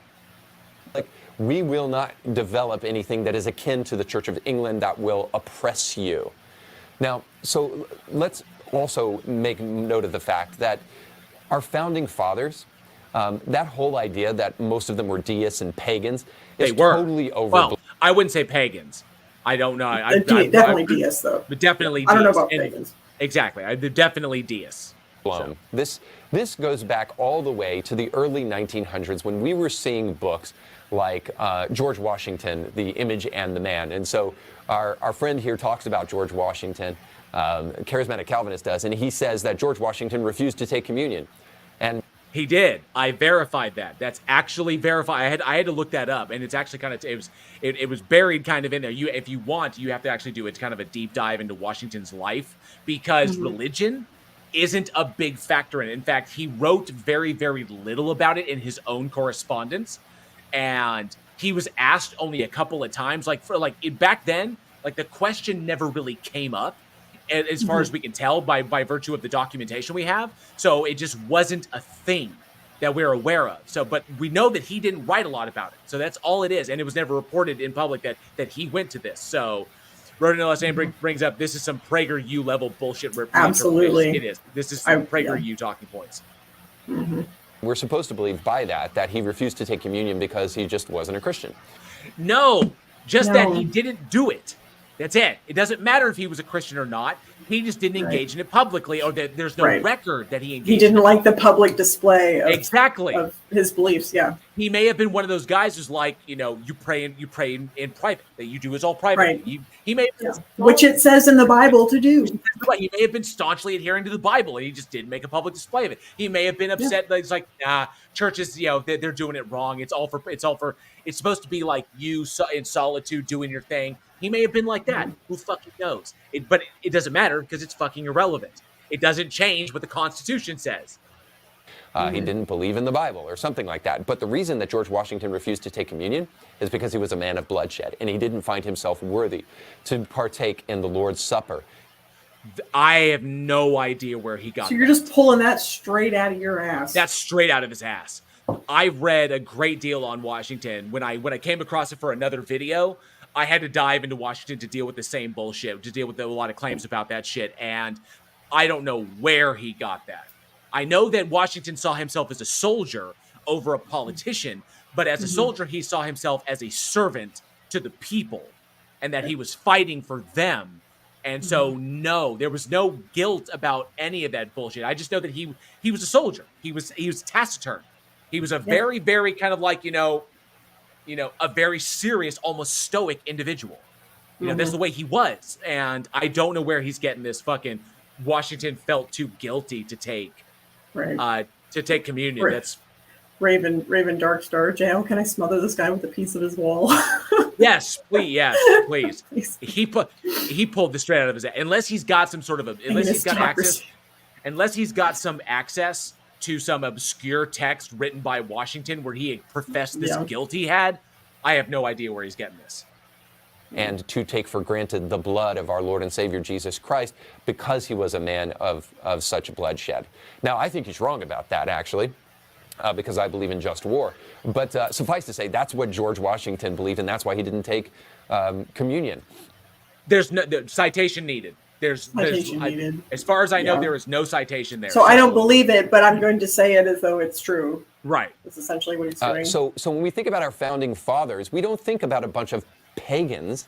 We don't think about a bunch of false idol worshippers. I mean, we're talking about people like Sam Adams. Because they weren't pagans. They weren't. Yes. And I don't even think of them in the vein of Christianity like that. I think of in the vein of their actions and what they were trying to do in the country they were trying to establish. That's it. That's the relationship, is what did they mean when they were trying to build this nation? And this is not none of this. And what does this have to do with atheism? What's it got to do with atheism? None of it. And what this doesn't debunk anything. What is referencing them? So what if Jefferson was a staunch fucking Christian? He could have been a fucking IFB member. He could have been the initial underpinnings of the Independent Fundamentalist Baptist Church. It doesn't fucking matter, because that's not what he put down that's not what was in the First Amendment. That's not what he backed. That's not what he wanted. He may have been hardcore, but that's not what he put forward. So referencing what the man may have believed is irrelevant. You need to reference the work that he did and what he put forward. That's the important point here. That's what you're referencing, is the First Amendment, which is not an argument against atheism, which is fucking ridiculous. I don't want to say the R word. I'm trying to avoid it. So, said religion and good morals are the only solid foundation of public liberty and happiness. I think about John Adams, who Later in life, was established himself as a Unitarian, but still said this: the Constitution is made for a moral and religious people, and it is wholly inadequate to the government of any other. See, our founding father. Okay, he's using that out of context. Yes, John Adams was a Christian. He absolutely was, and he considered the people that they were writing the Constitution for a moral and religious people, because it was a moral and religious people that were able to establish this kind of society that they were trying to live under. That was this democratic republic they were trying to establish. But that was him thinking in those terms, in the sense that these organizations help to keep us on the right track. Okay, which is not necessarily, we know that's not necessarily the case. So referencing what he believed, fine. It doesn't matter what he believed. It's irrelevant, you know? Daniel Cooper says, shouldn't that Sam Adams quote say something about Boston and beer? It probably should, because I do like Sam Adams. I really do. Especially their what was it? Their winter ale. I like that one. Mm-hmm. Like George Washington and even Ben Franklin, they're a little hard to pen down. Because the moment we say, these guys were just deists, and then we get the impression that somehow they were like Richard Dawkins and Sam Harris, they were like the new atheists, they didn't believe in Jesus, they were maybe even agnostic onto the concept of whether or not God exists. No, that would only be done by a person who doesn't know what a deist is and doesn't know what an atheist is. We know the difference between the two. So you're totally... That is a anachronistic understanding of what was taking place with our founding fathers. So fucking irrelevant. Right. Because all of these this is gentlemen irrelevant. Could quote the Bible better than probably you or me. Citation needed. Because I didn't hear, I've never heard any of them quoting it. There's no record of them ever doing it. So citation needed there. Maybe they could. I mean, it's plausible, but who fucking cares? When Ben Franklin was asked to kind of summarize his Christian faith, this is what he had to say. Christ, by his death and sufferings, has purchased for us those easy terms and conditions of our acceptance with God, proposed in the gospel, to wit, faith and repentance. I am conscious, I believe in Christ, and exert my best endeavors to understand his will aright and strictly to follow it. I dare you to try to find somebody in the modern day church that can so succinctly and so beautifully write about Jesus Christ. But it doesn't matter. What fucking difference does any of this make? How does this debunk atheism? It doesn't debunk atheism, and it doesn't even debunk the establishment clause. So I have no idea what. Not that atheism can be debunked, because it's not a true or false proposition. So the entire notion of this entire video is completely asinine. Right. I'm about to lose. What I'm saying is not that Ben Franklin didn't have issues, not that he didn't flirt around with deism when he was 15 years old, but by all accounts, if you get rid of the kind of modern scholarship that wants to try to deconstruct our founding fathers to create a godless nation, if you get rid of that, the story is much more complicated than that. Ben Franklin sure seems to be on a spiritual journey that eventually leads him to Christianity near the latter part of his life. I mean, it's Ben Franklin that said, I don't want to start a single session in anything I do in government without praying. I want to also finally mention... Citation needed on that, just as like someone said, Raven Darkstar said, prove Ben Franklin said that. I'll have to look those up. He's done so much lying at this point. He could be making it up. I would look it up, but I would fact check that, but it's irrelevant because that's not what the Constitution says. I don't give a fuck what Ben Franklin's personal beliefs were, because his personal beliefs did not inform what the Constitution says. Done. They're irrelevant. So this is all him getting lost in the weeds to avoid dealing with the actual argument. That's all this is. This is all smoke and mirrors. Our founding documents. So not only our founding fathers, but our founding documents contain tons of quotations, direct quotations of the Bible. In fact, 34% of the quotations used in the Bible come directly from Scripture. Now, that doesn't... Wait. I think he fucked that up. He said 34% of the quotations in the Constitution come directly from Scripture. I want to also finally mention our founding documents. So not only our founding fathers, but our founding documents contain tons of quotations, direct quotations of the Bible. In fact, 34% of the quotations used in the Bible come directly from Scripture. Okay, so he fucked that up. He meant the Constitution. Yeah, the Constitution and like that. But funny that, Shovelhead Steve says, it's a trap. It's been a sermon the whole time. It has been. It's pretty much what it's been. I'd have to fact check him on 34%. Like it's a very specific percentage of how much of the Constitution is direct quote from Scripture. Yeah, I don't think it is, but or maybe it's the Declaration of Independence. I have no idea, but I'd have to look into that. But then it's relevant because Christ is never mentioned in either document, and I think God is mentioned twice or once, either or. Yeah. So.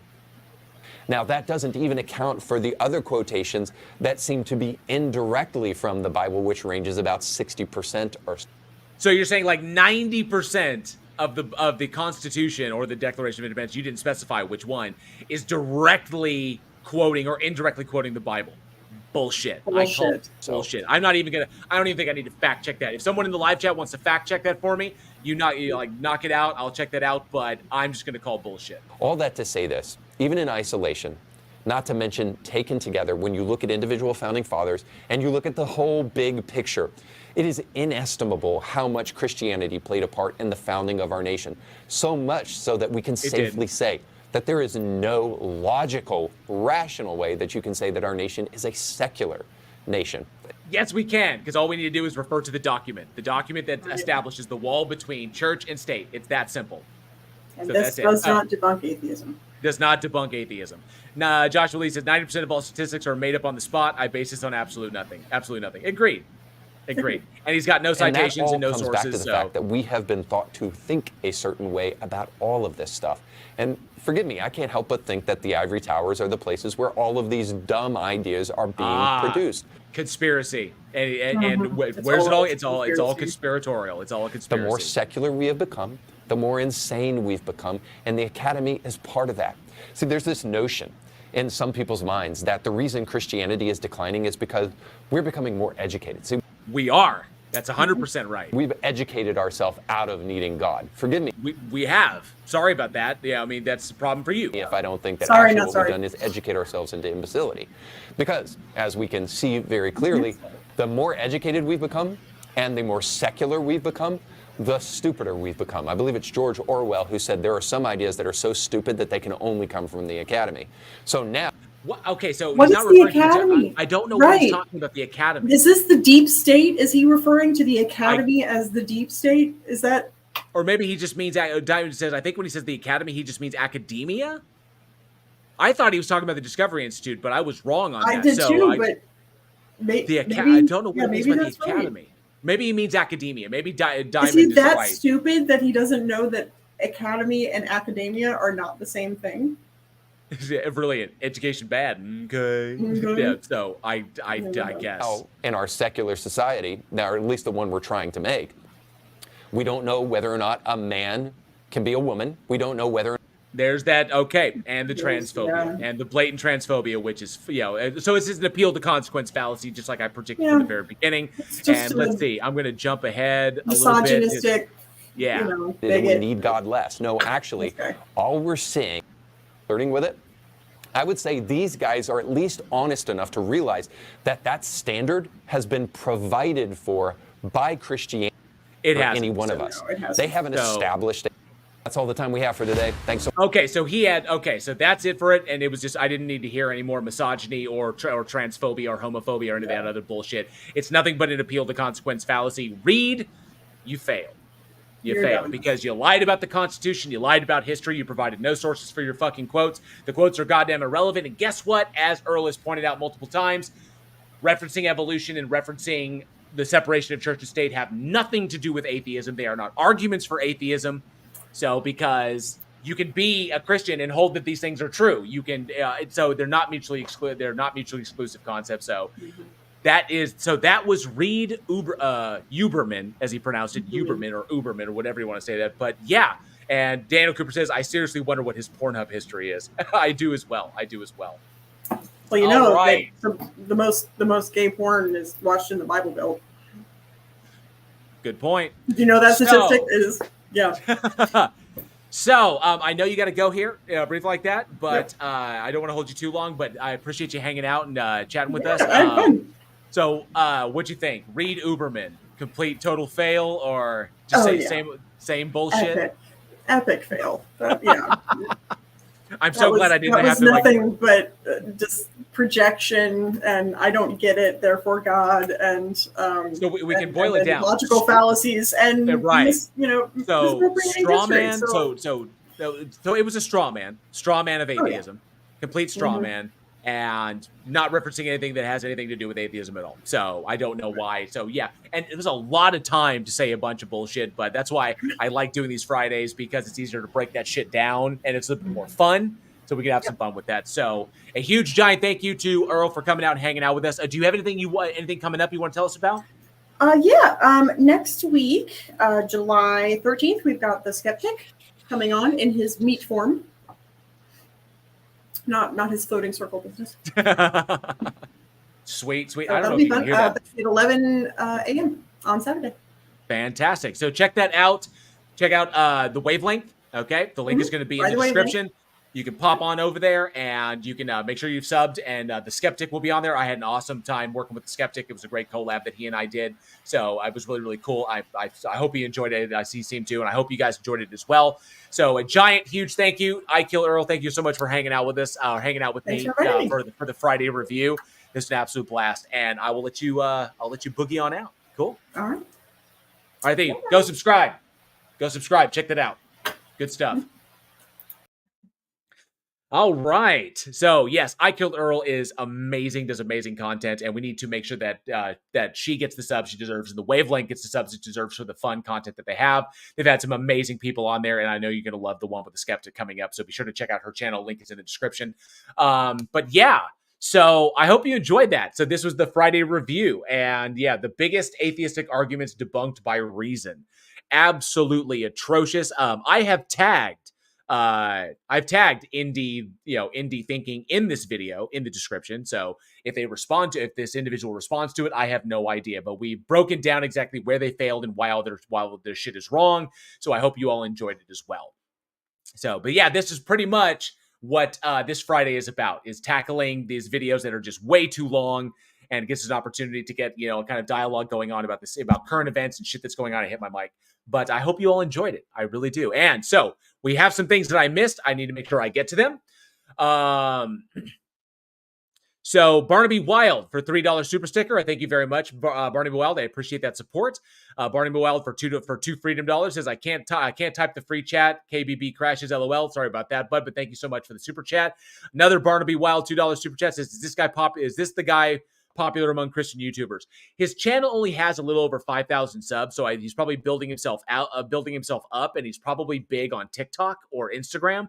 But his channel is up there. But he's this is the kind of quality of his content, which is like just as bad as Hovind or Ken Ham or Standing for Truth or Red Pen Logic or any of that other bullshit. So complete total misrepresentations of reality and complete manipulations in order to push their agenda forward. So, but you can guarantee that this individual, that indie thinking, that type of thinking is the one that's going to be prevalent if 2025 gets passed. That's why I'm glad that we were able to come full circle on this.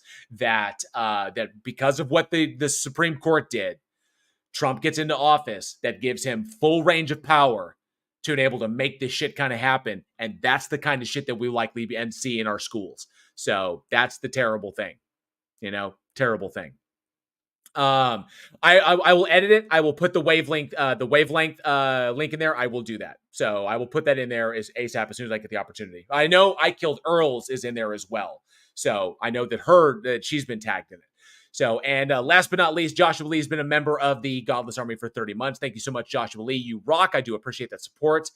Thank you very much. And if you would like to support the channel, it's 99 cents per month. It's about as much as I value my content. You get access to all the cool emojis that I made for everybody. I hope you all enjoy them. There's some fun ones in there. And of course, the channel badge, which is the expanding mind meme. So the longer you're with me, the more your mind expands. Yes. I see what I did there.